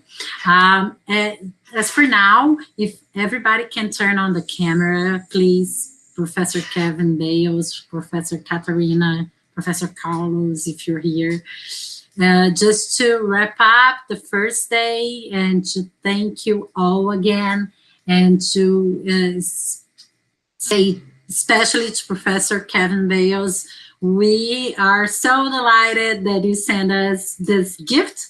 He sent a gift for everybody who is participating in the Congress. We're going to share with all of you. He sent his latest ebook that they published. So I think everybody here is going to have a nice surprise and a great material, so you keep on with the good study. So thank you so much, Katarina. Thank you so much, Professor Kevin. Thank you so much, Fernanda. I would just like to wrap up saying that Katarina said something that I took note of, that we have to research for the sake of change, and not just rehearse for the sake of rehearse. We believe in that here, me and Carlos, a lot.